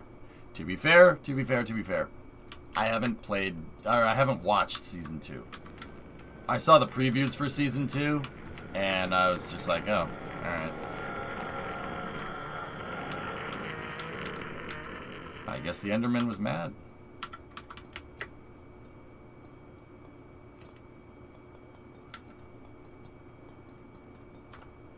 Yeah, not a fan. Not a fan. I saw stuff in the trailer for season 2 that I just really didn't like, and yeah, that was all. That was all she wrote.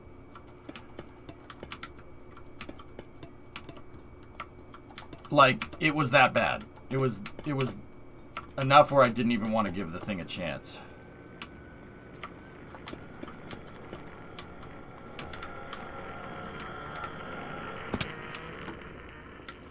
Both, Inky. Yeah. I'm just like, yeah, nah, I don't need to do that.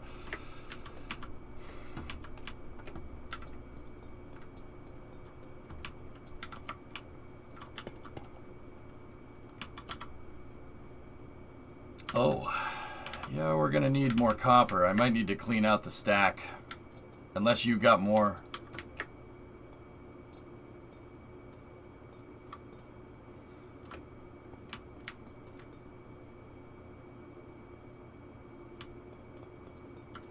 And Arleon, what?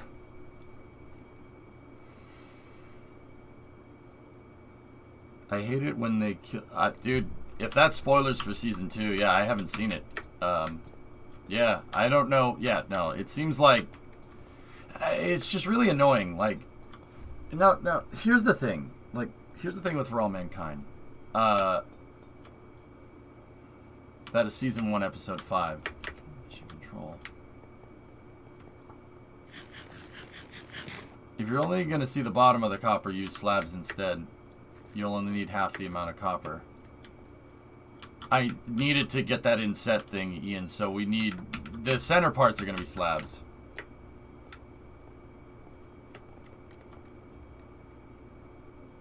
You had Gene Kranz come and speak? Gene Kranz is one of my personal heroes. Narlian. Yeah. Personal heroes, dude. I have his book. His book is like right next to my nightstand. I read it sometimes. Like I've read it before, but sometimes I go back and read it again.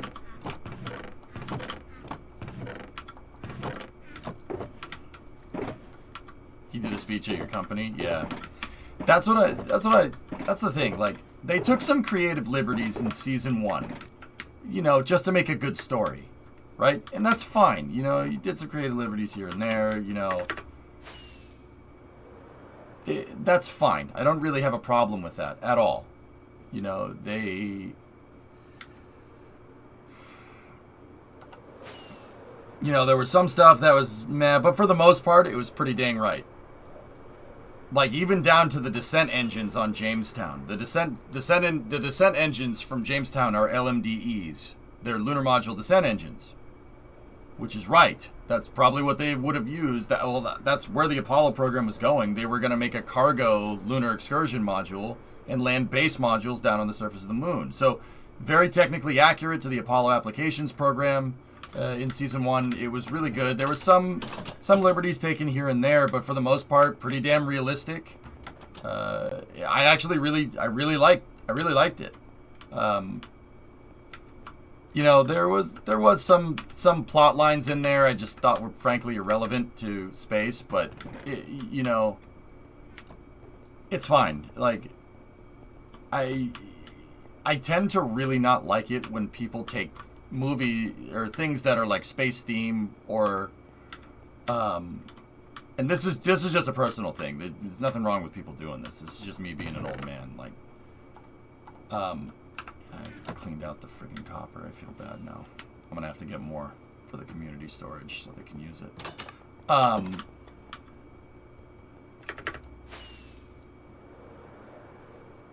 Like, I don't like it when people try to co-opt spaceflight for other things. It's really friggin' annoying.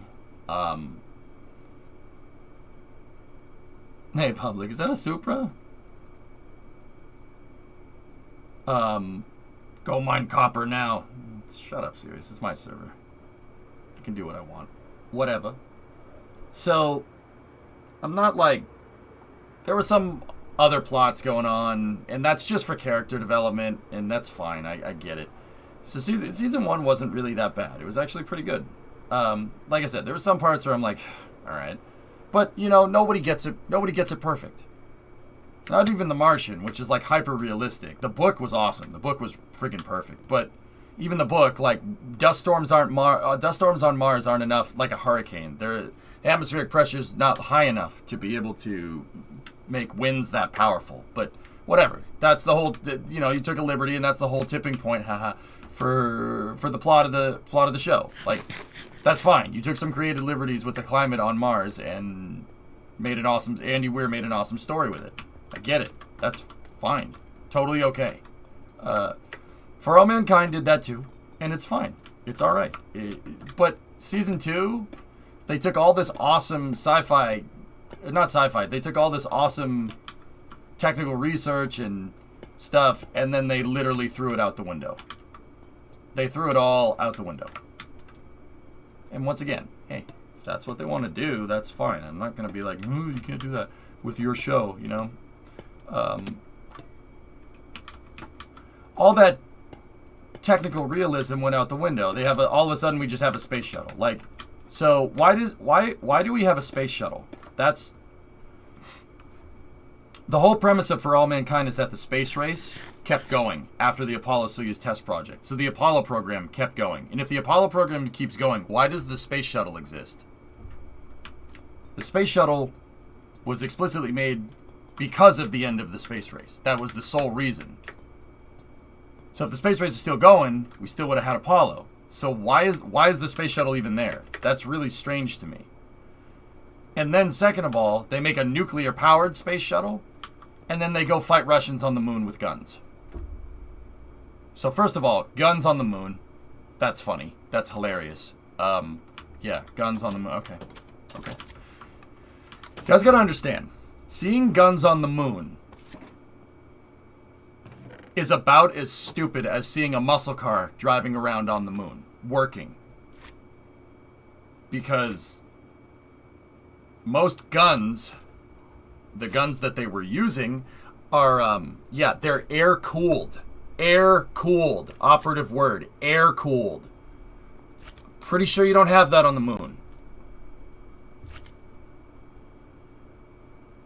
So, okay. So now we just don't obey the laws of physics anymore. That's fine. Okay. So, taking a lot more liberties with the story than you were in the first season. And then there's a nuclear-powered shuttle that could just fly to the moon. It's an SSTO. It takes off and it can fly directly to the moon from the surface, taking off on a runway. I saw that in the trailers, and that's the point where I was just like, yeah, I don't need to watch this. I don't need to watch this at all. Those guns were white, so they were clearly modified for the moon. Just mean the barrels would freeze or never get hot. No, Ricks, they would melt. They would melt. The barrels stay cool because they're air-cooled. So when you're in the vacuum, dispersing heat is a very big problem. Dispersing heat is huge. That's a really big issue. The heat has nowhere to go. You can't convect the heat with air. You have to use a radiator. So a gun, you'd fire it like 4 or 5 times and the thing would melt. Because that heat energy that usually would exchange with the air, right? That doesn't happen. So like literally 4 or 5 shots, the barrel would warp instantly. And don't get me, well, they could have made it out of some special... No, they couldn't have. There's no... You can't beat physics like that. The gun would need a radiator. It would literally have to have a radiator. So the only thing that would really work correctly, right, would be like an M1917, which is a liquid-cooled... the M1917, the liquid-cooled machine gun. That would work correctly, but even then, the receivers wouldn't work right. Only the barrel would stay cool. This whole part would melt. It would just melt. The thing would turn to liquid very quick. Or you'd warp the barrel, or the gun wouldn't fire, or even worse, it would backfire and blow the 2 receivers apart in your face, and then now you have a puncture in your spacesuit. Like, it's yeah, that's not really how physics works. And this, once again, that's why I'm not really, like, I saw all that stuff in different trailers and teasers, and I'm like, yeah, I don't need to watch this. Because they took all this awesome continuity that they established in Season 1, and they just said, nah, never mind. Nah, never mind. Wouldn't melt, brass would remove the heat.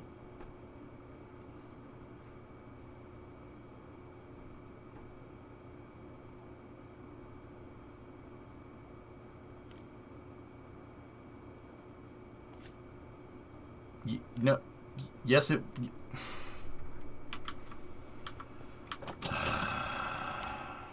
Yeah, no, it wouldn't. No, it wouldn't, because, you know, it's going down the barrel, and the brass can't absorb heat from the barrel, because there's no air to convect it. No, it wouldn't. You may know more about guns than me, man, but I know a lot more about physics. Like, that's not really how that works. There's no vacuum. You're in the vacuum. You can't transfer the heat. It would melt. Like, instantly. You'd fire, like, 1 magazine, and just nothing. The barrel would just...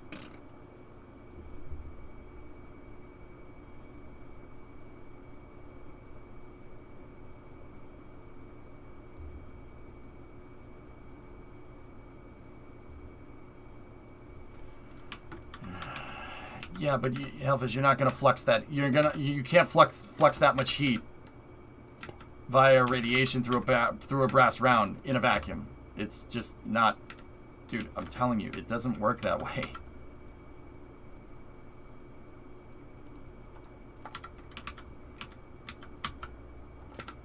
Yeah, they threw. Long story short, guys, I don't want to get into it.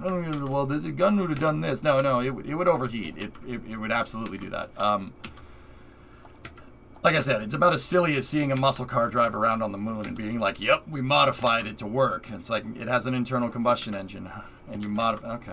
Okay. So they threw all the technical stuff out the window, and I'm just like, yeah, I don't need to watch this. With that being said, I have heard it's a good story. So, you know, if you just cast physics out the window, it's a good story. And that's cool.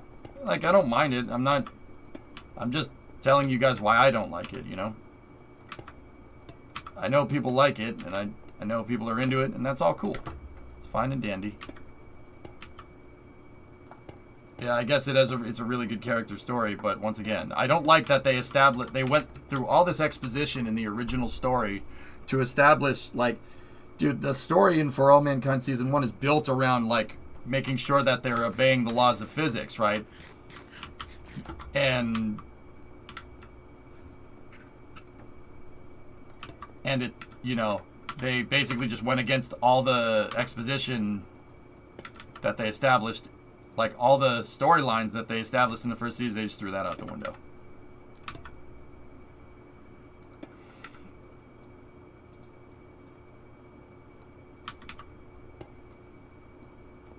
Also, fighting on the moon is an idiotic idea.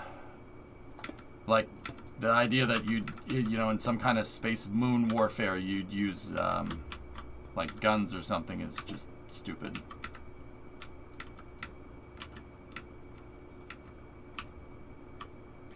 Oop.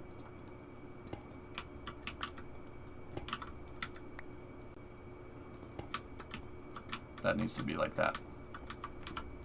But yeah, in early on, with that being said, you know, people like it. It's cool. And I heard it was pretty good. So somebody that I trust, you know, there's people out there where that I trust with, you know, movies. One of my buddies saw it. He said it's not bad. So it's a good story, which is fine. That's cool.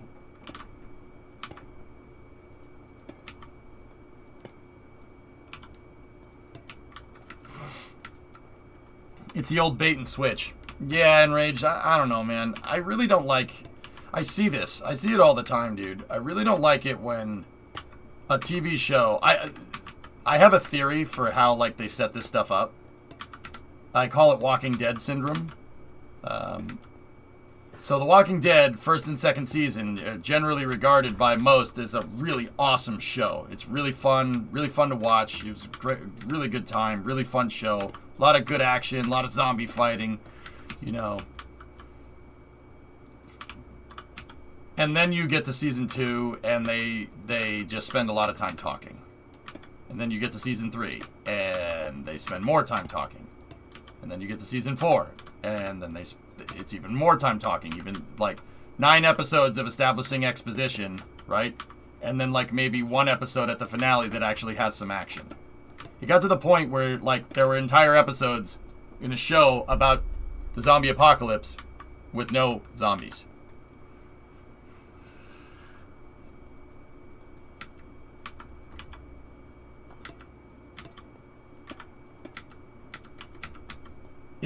And I gave up in season 4 or 5, and I was just like, nah, I don't need to watch this anymore.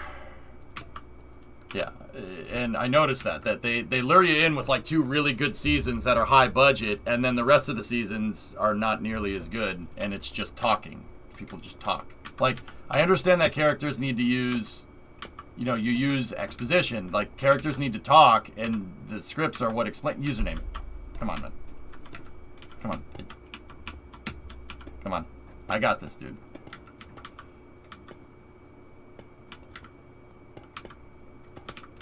Like, I understand that. I get it.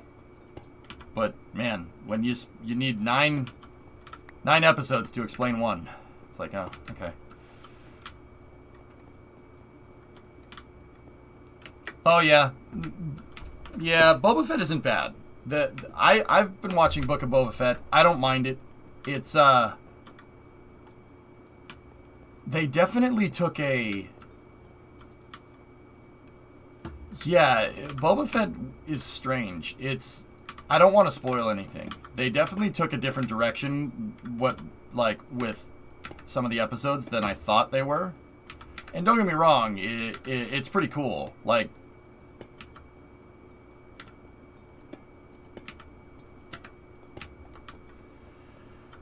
Expanse did okay. Yeah, the Expanse was always a good balance in Rage, but I noticed by the season 5 they were starting to talk a lot, and it was getting bad. I'm not happy that they pulled the plug, but it's kind of, you know, sometimes, dude, it's just, that's it. Sometimes you know, the franchise, you just take it out back and you shoot it, make a new franchise, you know. Some franchises go old yeller. You have to.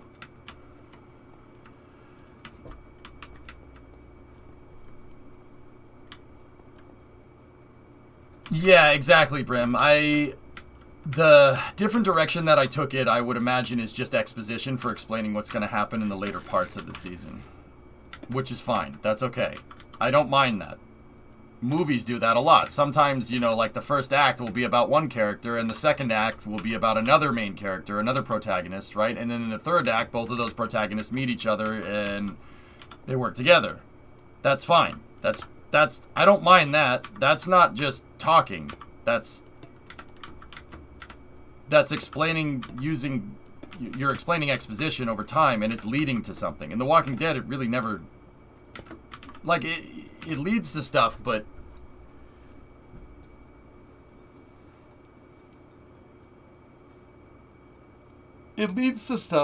man, it's just a lot of... You'd think they'd throw some, like, actual zombie killing in there.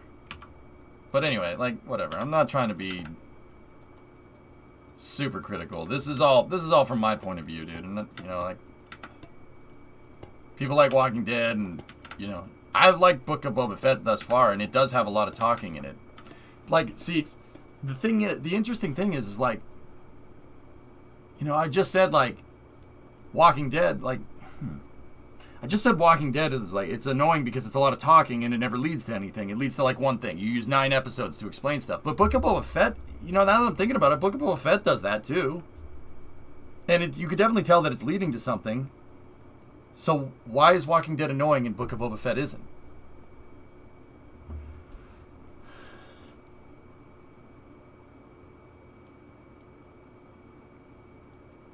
I don't know. Interesting. Because one's interesting and the other one isn't. There's only 6 episodes of Boba Fett. Yeah.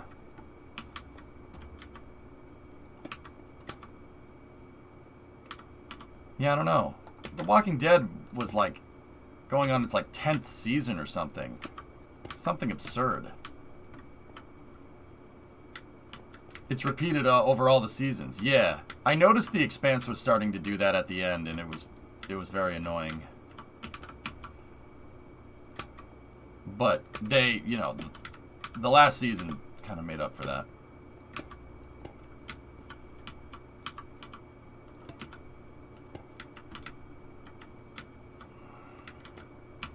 Those stairs are on the wrong side.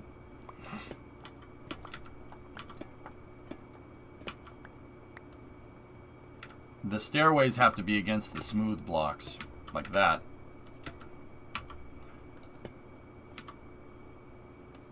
Okay. Yeah, I saw it, Altio. Thank you.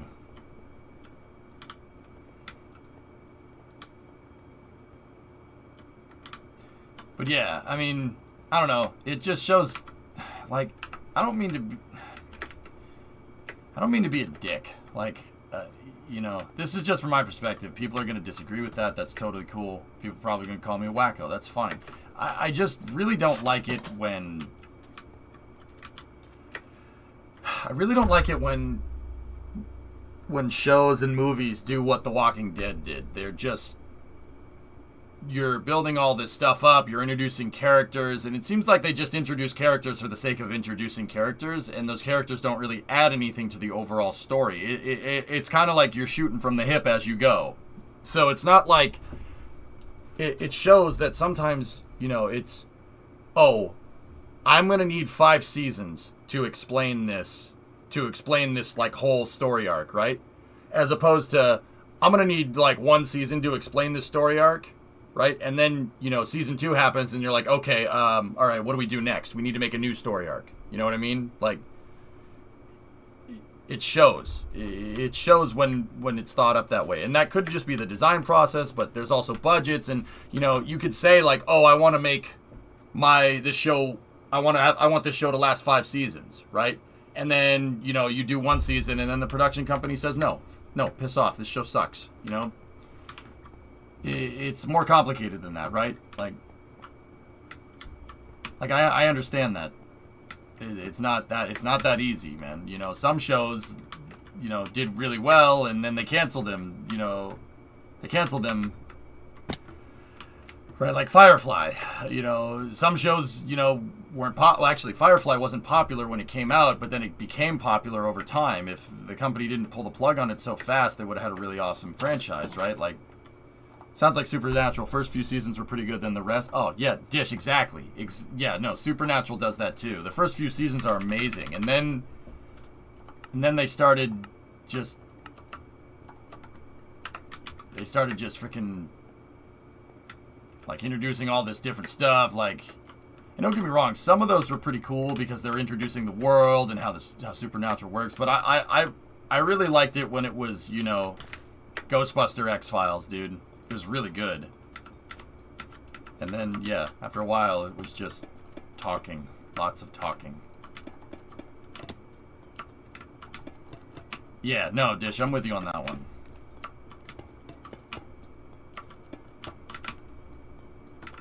You know, it seems like Sam and Dean, like, they really didn't have an idea for what they would do after the first couple of seasons, you know?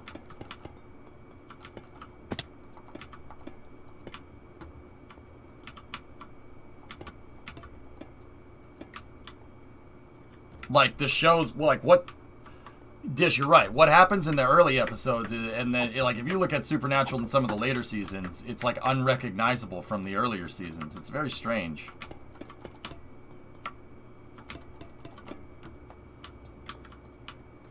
Everything has to have freaking drama in it. Dude, yeah. It sells. Goalie, that stuff sells.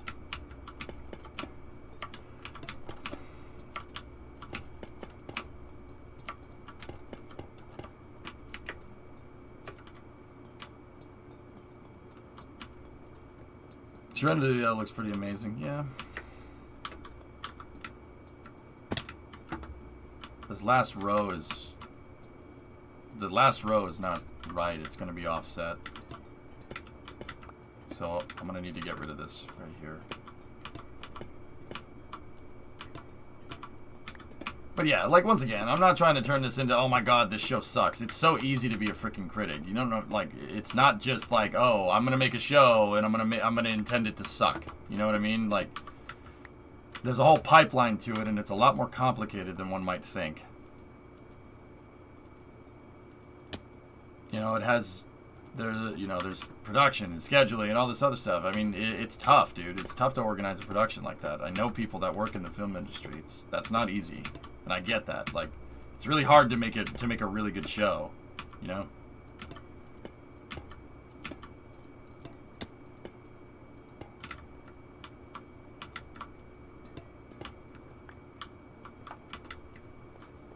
Well, Seventh Heaven never got old. Yeah. Sure. The copper is starting to oxidize. Morphing is complete. Of course I fell. Why wouldn't I?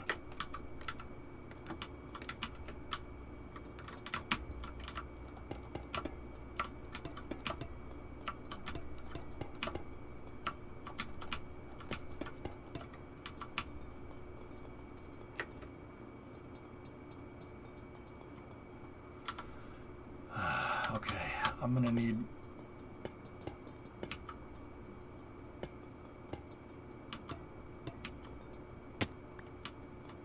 Okay, I think we got all the main blocks that we'd need for this thing. Yeah. Boy Meets World never got old. Girl Meets World. Is that show even still on the air?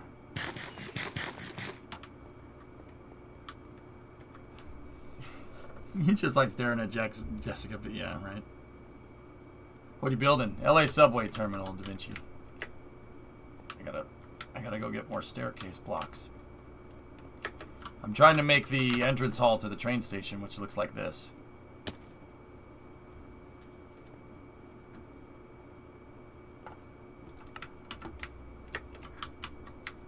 Oh. Thank you, sir. Thank ya. Thank ya very much. Cute. Yes.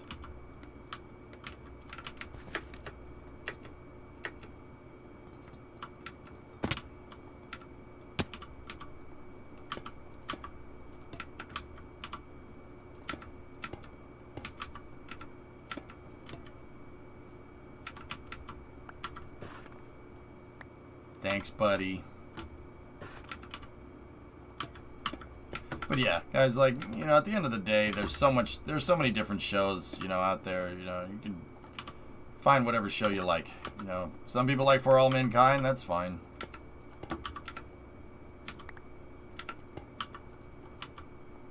You know, I'm not really that big of a fan. Not because, and it, you know, like, it isn't even because of like technical inaccuracy. Like.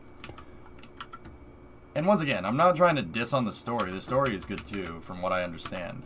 Like I said, I got folks that told me it's a pretty good story. So I folks that I trust, you know, with that kind of judgment. Dude.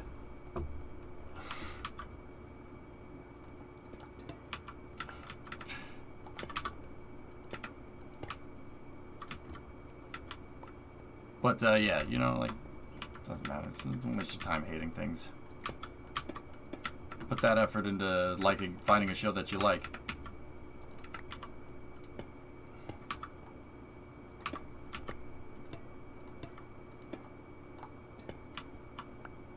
Have you seen Bel Air? No.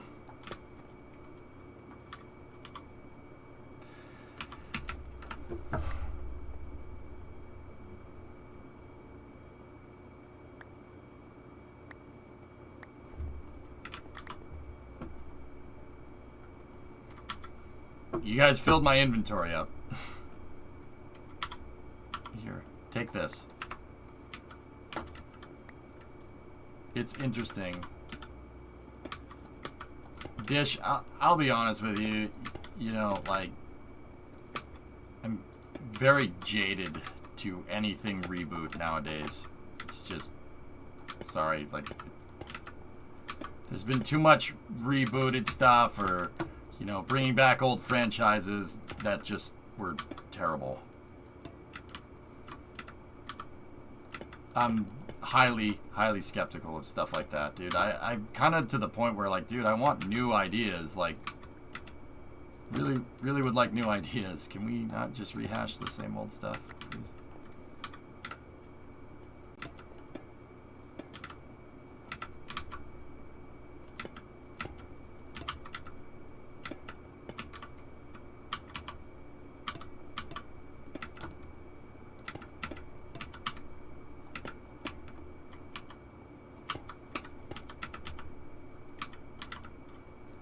You don't want a 9th Spider-Man? Primo took me to see Spider-Man No Way Home or whatever it's called. And I didn't hate it. And I didn't hate it. It was a good movie. But honestly, it's a good movie because of the other Spider-Man movies. No Way Home kind of by itself is kind of, like, bad, like, dare I say, like, it was a movie that they made for, like, fan service, like, so, you know, you could, you know, it's a cool movie, it's a cool idea, but this movie wouldn't have existed if it wasn't for the other Spider-Man movies. Like, as a standalone movie, it's terrible, like, just terrible. Was busy and couldn't watch. How was the launch? It was great. Yeah, the launch was awesome. Really good.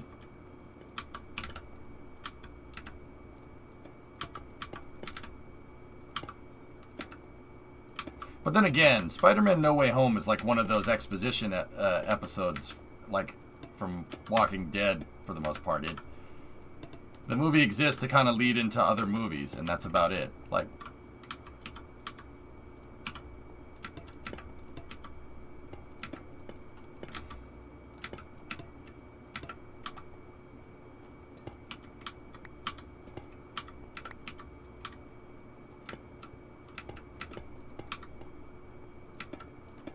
but with that being said, there's, you know, there's been franchises, you know, that have rebooted stuff, like Star Wars, for instance, with the exception of the movies. The Star Wars shows have been excellent. I really have pretty much liked every single one of them. Like, so, Mando, Book of Boba Fett, everybody okay?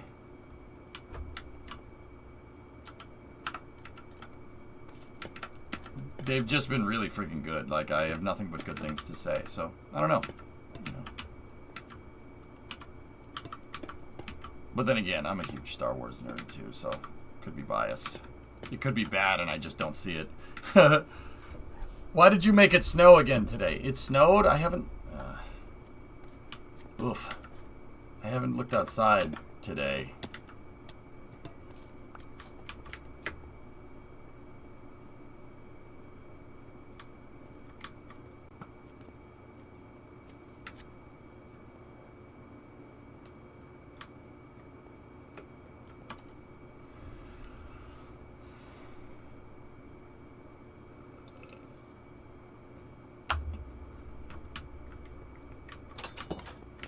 Have you seen the new 2D rocket game on Steam? It's called Space Flight Simulator. I haven't seen it.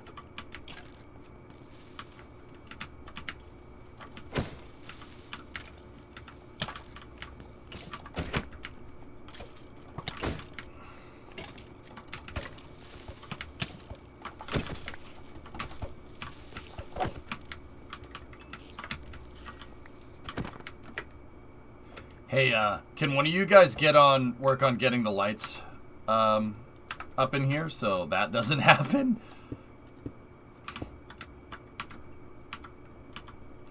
Yeah, we don't want that. We don't want that to happen. Can't have that. Aziz, light! Much better. Thank you, Aziz.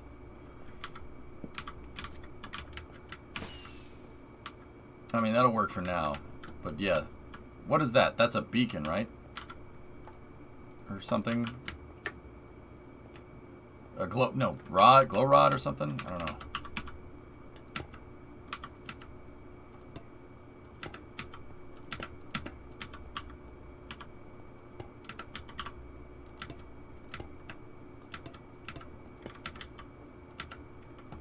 End rods. It has end in the name. Are those rare? Because those are the lights that look like the lights that came in the station when it was built. Nope. Okay, that's good.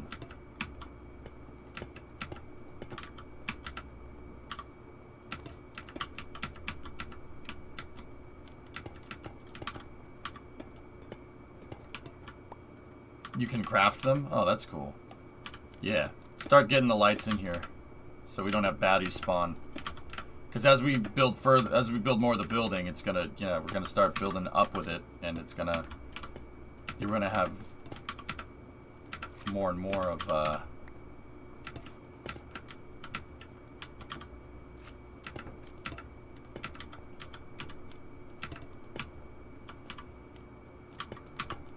more and more having to deal with the dark.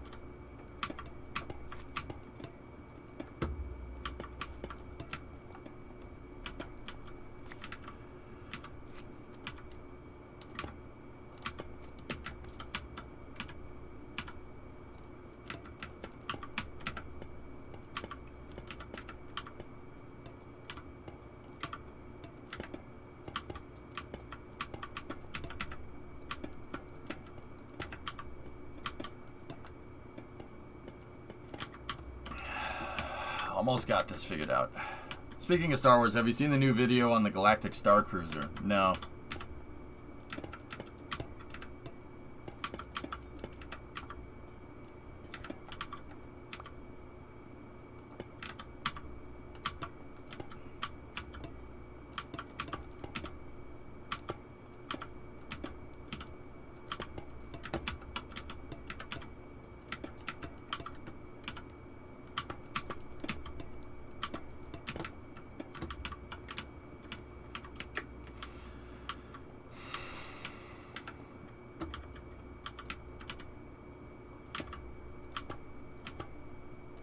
Thanks for giving me the materials, boys, too, by the way.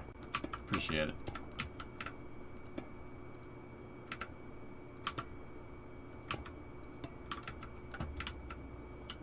We've almost got this figured out. It's almost there.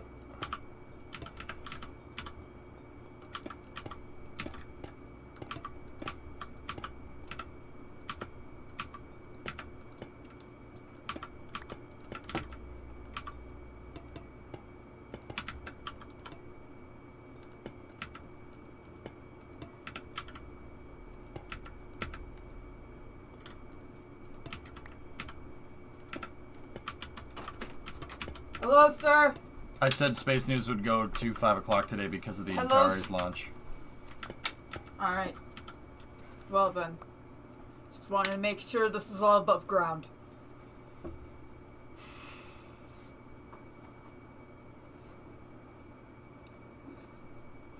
Hyper-focus police. On duty, sir.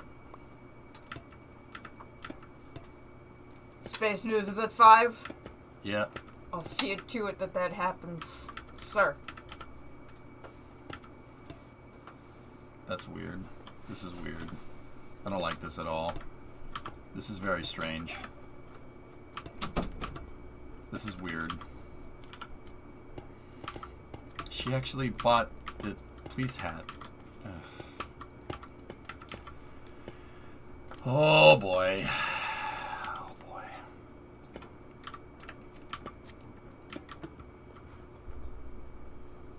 What did you do?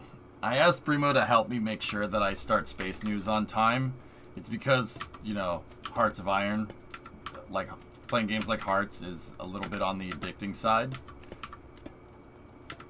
Because, you know, it's Hearts of Iron. So I made sure, I told her that to help me out with that because,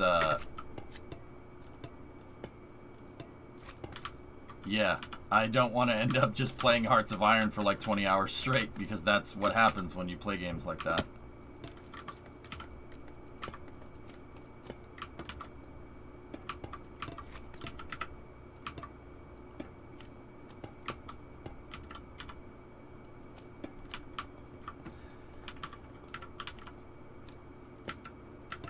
So yeah, I told Brimo to just keep an eye on it for me, just in case. She calls herself the hyper-focus, please. Sorry, games are addicting. Hearts is just one of those freaking games where you just want to keep going. It's like, okay, it's one more turn. It's Civ syndrome. One more turn, bro. One more turn. Which is why I make sure, like, to not play, like, Hearts of Iron. Like, if I have anything important to do that day, you know. Like, no rocket launches with Hearts, because I'll be like, yeah, I'll get the rocket launch whenever I get to it. It's like, no, you don't have control over that, man.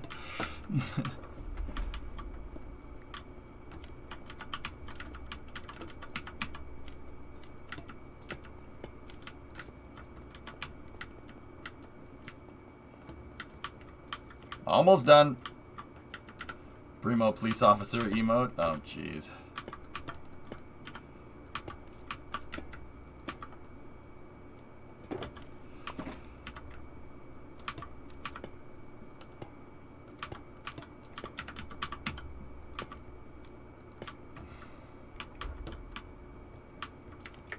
All right. This looks excellent.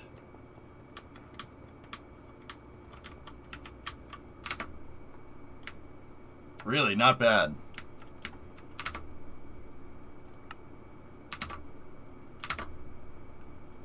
Yeah, alright, cool.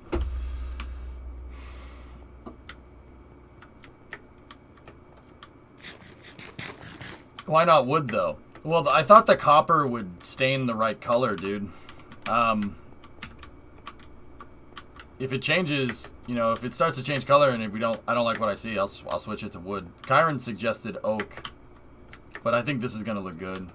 But see, yeah, see, some of the copper's already starting to change. When that changes to the right shade of green, it'll look real good. Should use the upside down on the tops of the pillars. The upside down on the tops of the pillars. I don't know what that means, Facha. What do you mean? If. Is anybody working on the glow rods?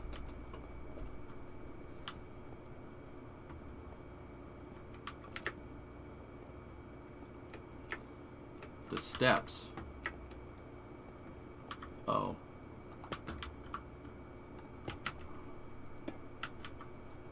Huh. That's what or not glow rods, the end thingamajiggers.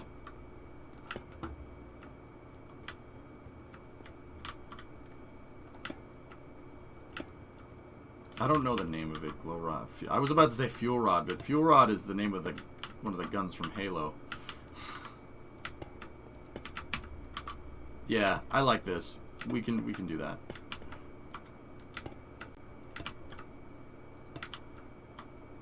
Which is annoying because we spent all that time removing the damn copper blocks. Or removing the quartz brick. Is there quartz staircases in this game? I don't even know.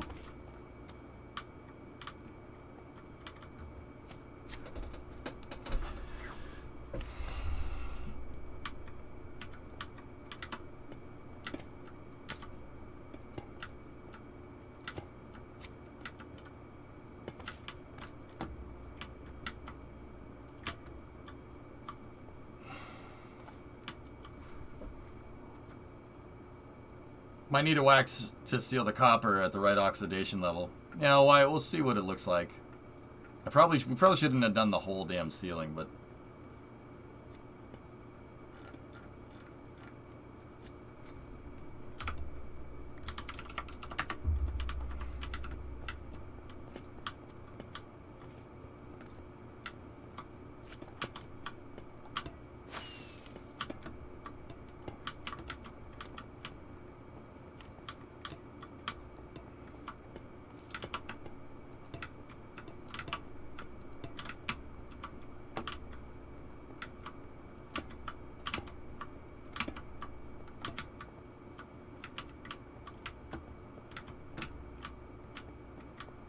Not bad.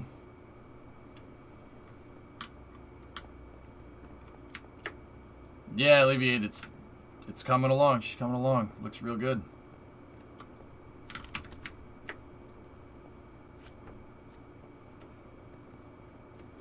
Every day, Rice.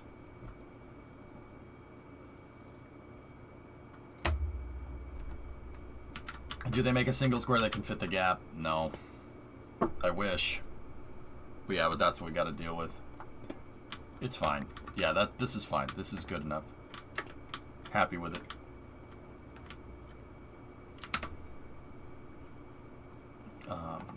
Yeah, see, that's what the terminal looked like, man. I mean, all that really nice stonework. And then we'll use quartz bricks here. Let me get the quartz bricks out. Not pillars, but oh.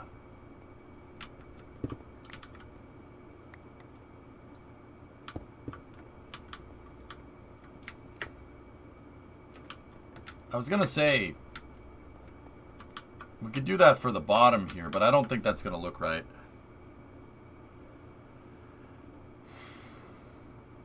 This is fine. That's Taylor, it's too much. It's not. Yeah, the frickin' beacon is making everybody hit the ground. Hit through the damn ground. Alright, so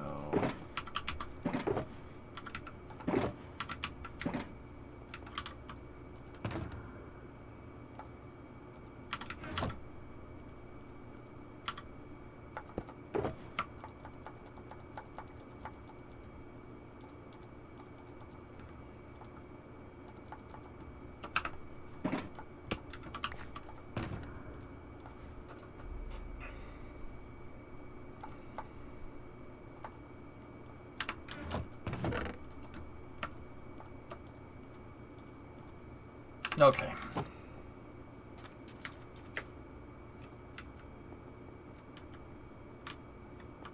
I'm gonna need to fix that area too. Okay. Drummer, stop killing him. What's wrong with you?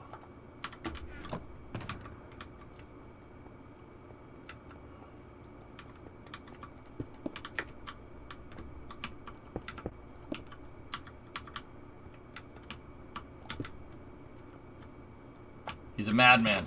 He must be stopped.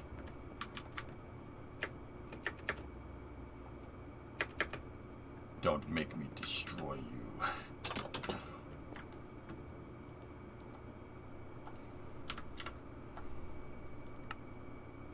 Wait a minute. Wait.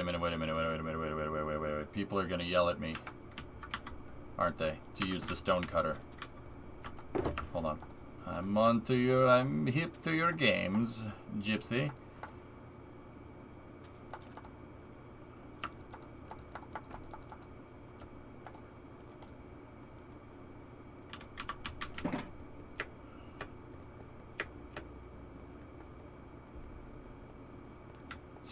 Smitery. Yeah, the French version Enraged. Yeah, it's not pronounced Smitery, it's like Smitla or something like that. Right? That's how that works. They always pronounce stuff weird.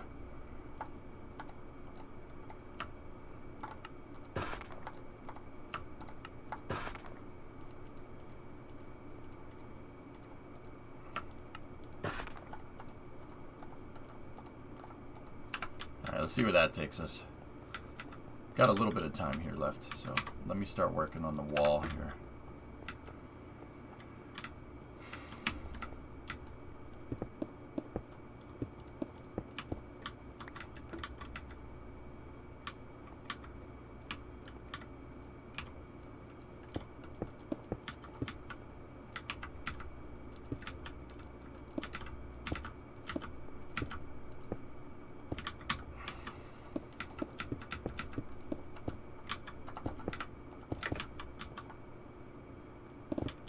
Jeez, freaking beacons though.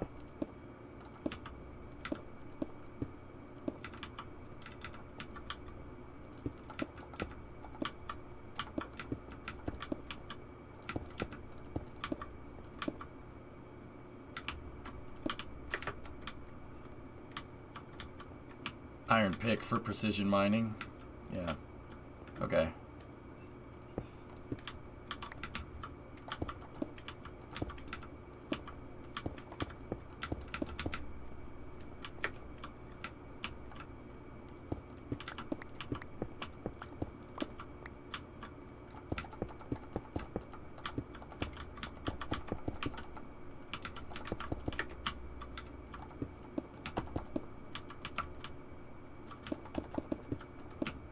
There we go. That's gonna look pretty sweet.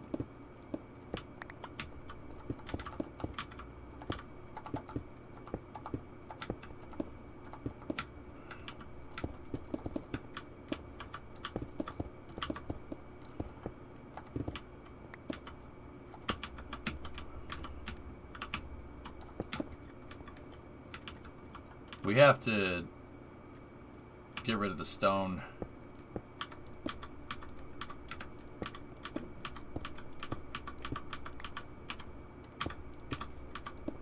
I only use the stone there to just kind of as a placeholder to flesh out the design.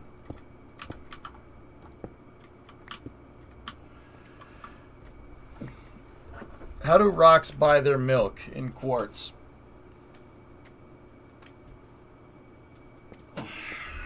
I'm disappointed in you.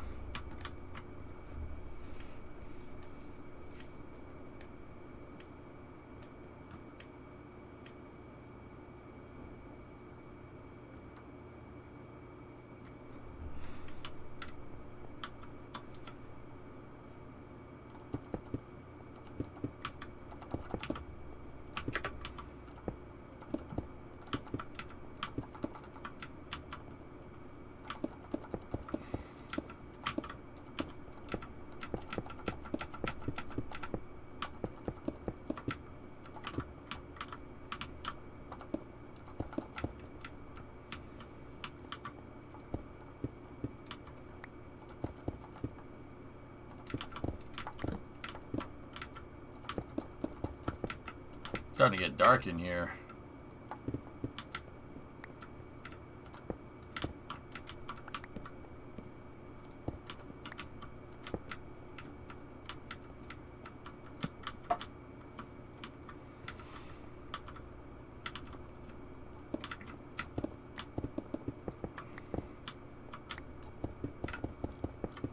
Taylor, you can replace that wall.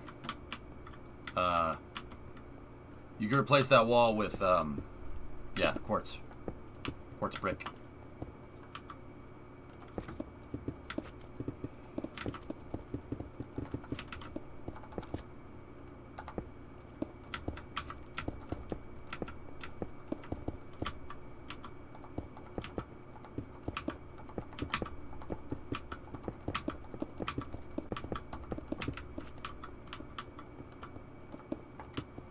Now we're really starting to make progress. This is really all coming. Oh yeah, it's all coming together. Yeah, see, look at that. Oh yeah. Yeah, that looks good. Wicked.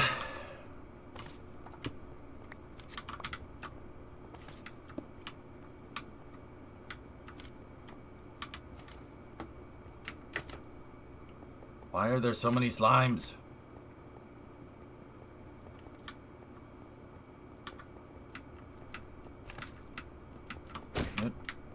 Out of here, you stupid green jello molds.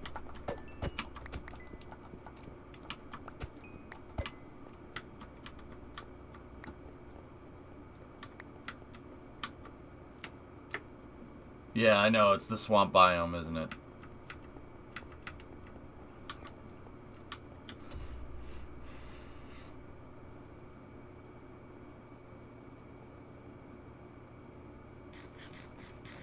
Oh, come on. There's always room for Jell-O. I hate Jell-O.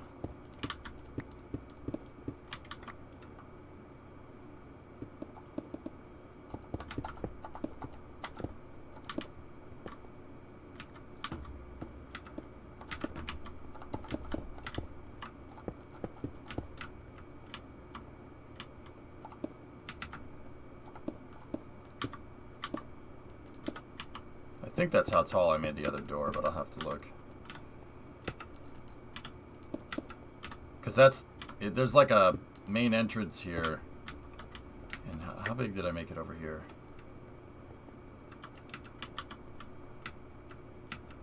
Oh, it should be, yeah, there we go. It was just a little too wide. Just like that. That's what it looks like. We need 3 tall. 3x4 is what we're looking for.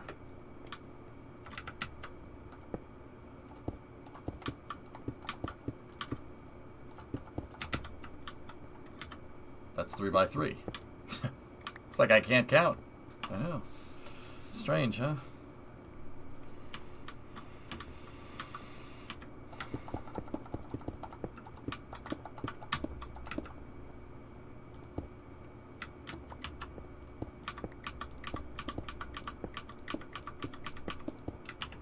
Okay.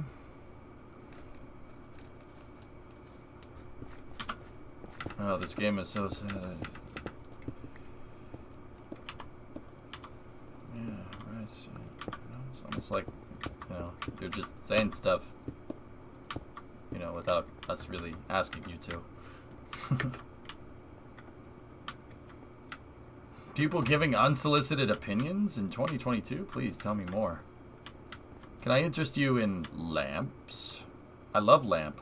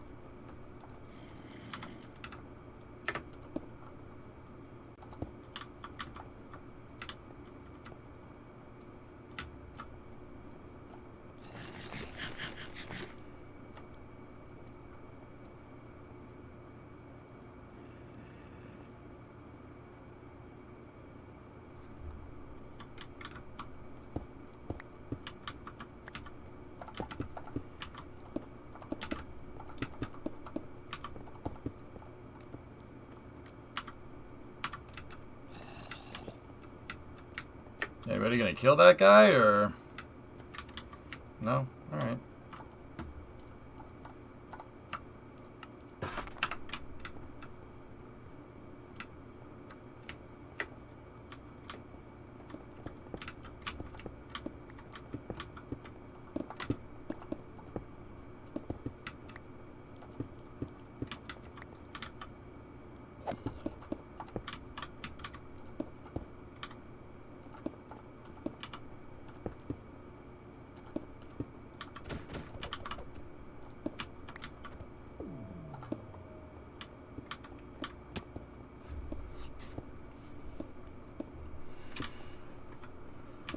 Something about that doesn't look right.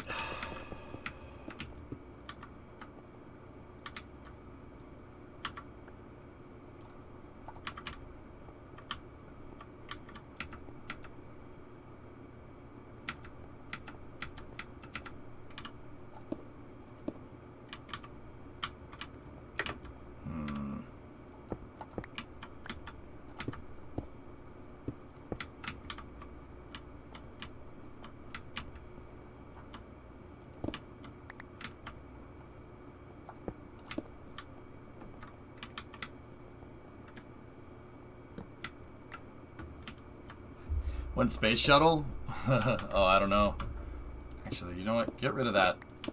Yeah, it needs to go up a little bit more. Oh, that's where the gravel is. Damn it. Alright, I gotta go upstairs.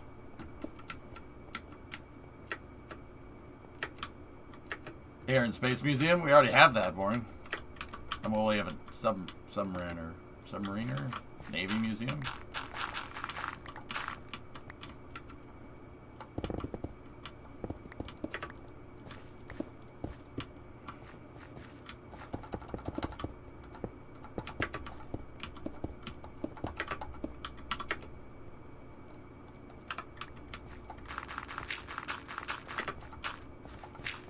There we go. Sweet. Alright, we got a little bit of time here. The last thing I'm going to do is basically build out the wings of the building. The building has a bunch of, like, wings on it. Like, there's skylights right here, and then there's a wing of the building that goes out here. It basically looks like fingers.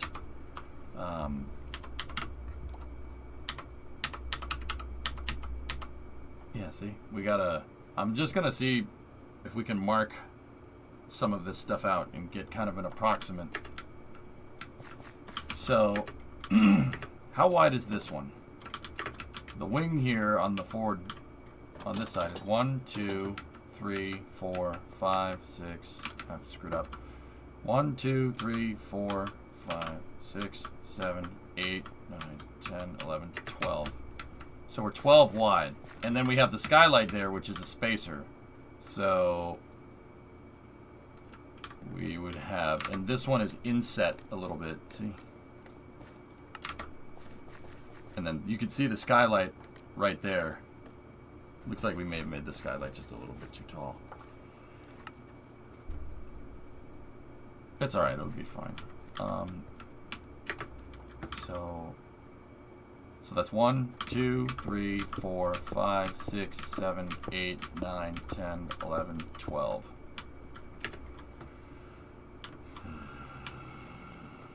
Okay. Yeah, I saw it, Rice. Okay.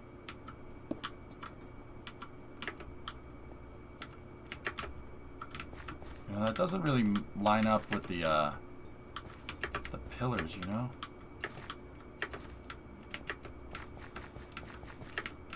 Yeah. Alright, what's the distance between the skylights? Because it looks like all of these are equidistant from each other. So that would mean that this thing right here, the width of the skylights, is the distance between this and the next wing. So 1, 3, 4, 5, 6, 7, 8, 9, 10, 11, 12, 13, 14. Okay, so now with this side right here, I used the front and back walls of the skylight here for the wing, right? So it's 12. It's basically 12 again. So that would mean this is an open area.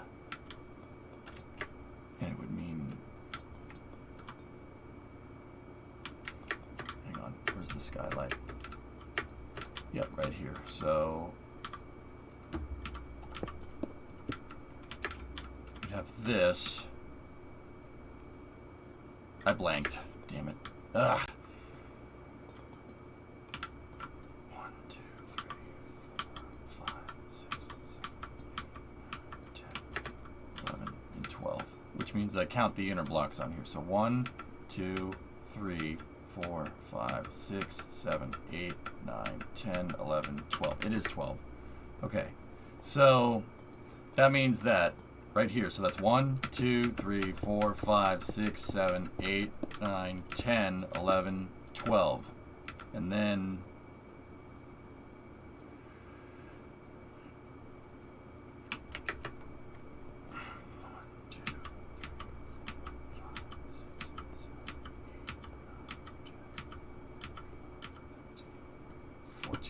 boom. There we go. That's the start of the next wing right here. And that means it goes right here like this. Or, no, it's equal to that, so it's got to go out here.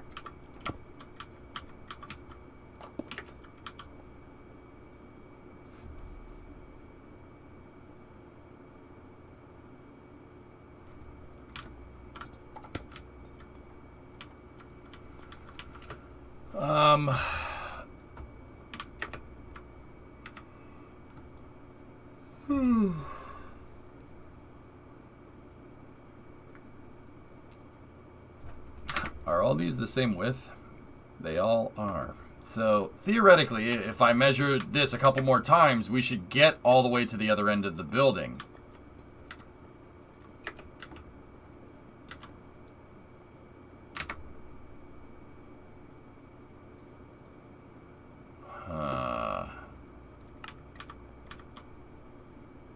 Because this is the end of the building right here, I think. Pretty sure.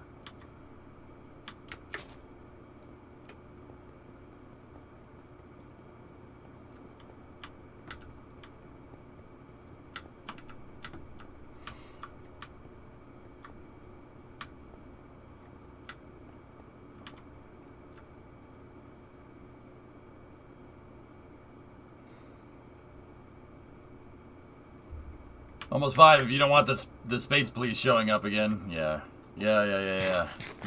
I'm just gonna, we'll diagram this out. I'll keep going with it. So We have 1, 2, Discovery, 3, go and throttle up. 4, 5, 6, 7, 8, 9, 10. 10 for the wings in between. So 1, 2, 3, 4, 5, 6, 7, 8, 9, 10. And then 11 is the corner block, 12 is that corner block right there. So there's the second wing.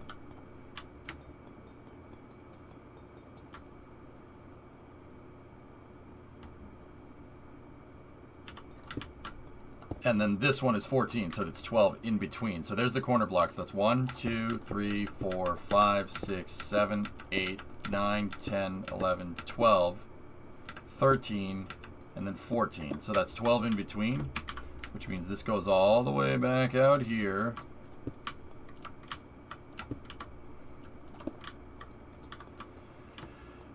And then... what's the job? I'm just figuring out the floor plans. 1, 2, 3, 4, 5, 6, 7, 8, 9, 10. Okay, so 10 in between the cornerstones. 1, 2, 3, 4, 5, 6, 7, 8, 9, 10.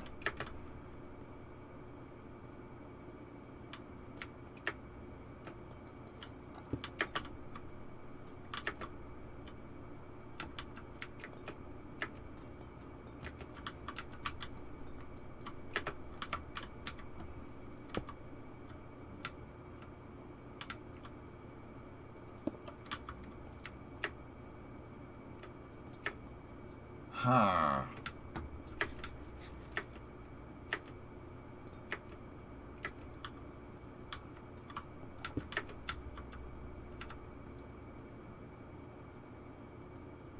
This should be the end of the building, but it's not.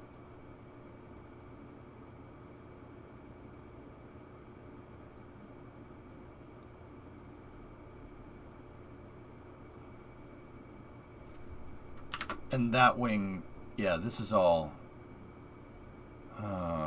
okay. Fat, just stop doing that, please. The only countdowns in the chat should be for rocket launches, man.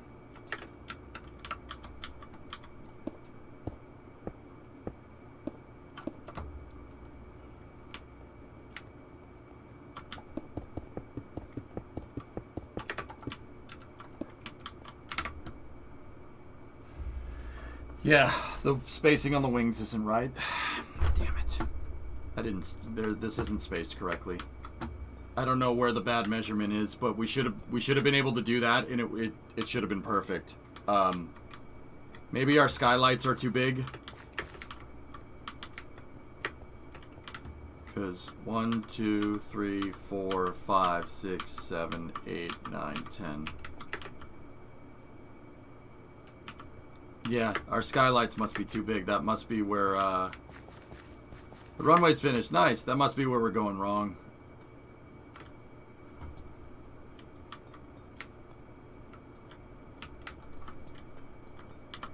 Because, yeah, you have outer wing, middle wing, left middle wing, and then left. So right, mid-left, left. There's 4 of them, right? Yeah, so our spacing is wrong somewhere. Because, yeah, it needs to go all the way to the end of the building over here. But, see, now I'm not 100% sure. Is this the end of the building? Because this should all be underground, should it not? If that's the case, why is the building extended out here? I don't know if this is the end of it.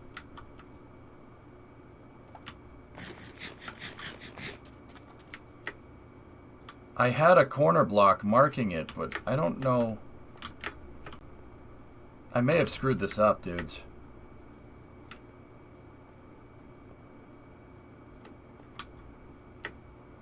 I gotta go downstairs. Give me 1 second. Let's go down into the subway terminal.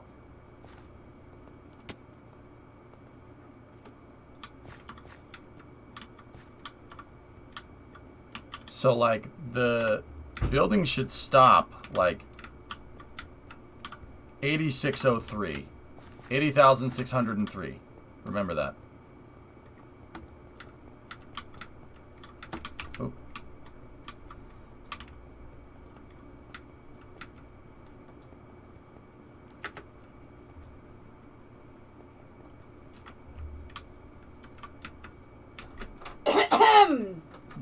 It's wrong. This is the Hyperfocus police. We're checking in to see how we're doing on the space news there, sir. This looks like Minecraft, sir.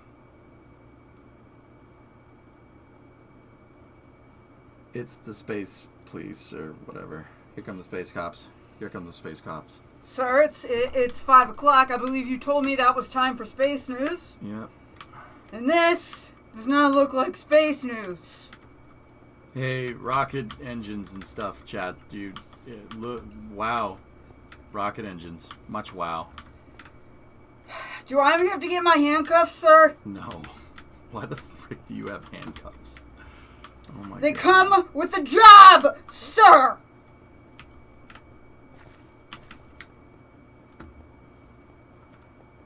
Come see the violence inherited in the system. Help, help, I'm being oppressed! Sir! 590. Is this space news, sir? Okay. Alright. You're upset. I am upset because I was guaranteed space news, and this does not look like space news. Oh. Okay. Yeah, we'll get the measurements next time, chat. Stop resisting! That ain't a gun, that's a book. Alright.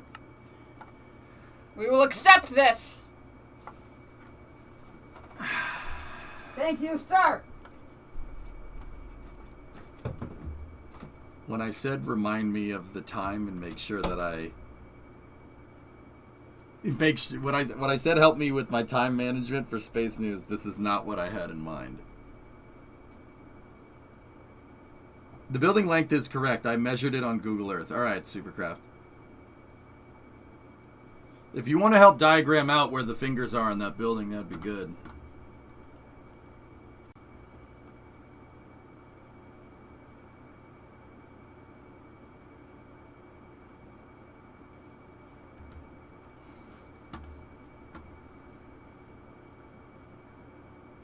You played yourself. Yeah.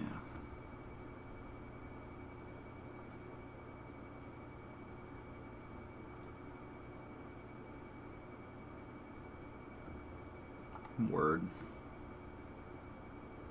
Premium content every time. Okay, so we got the roof done on that building. Here, let's see how it looks on the map. And then I'm gonna take 5 here. Get another cup of coffee. Twist a lemon, sweet and low. Why don't you go get me a cup of coffee, huh? Yeah, Supercraft, we have to... I think I was using the skylines as a mark. So, I think our skylights are too long.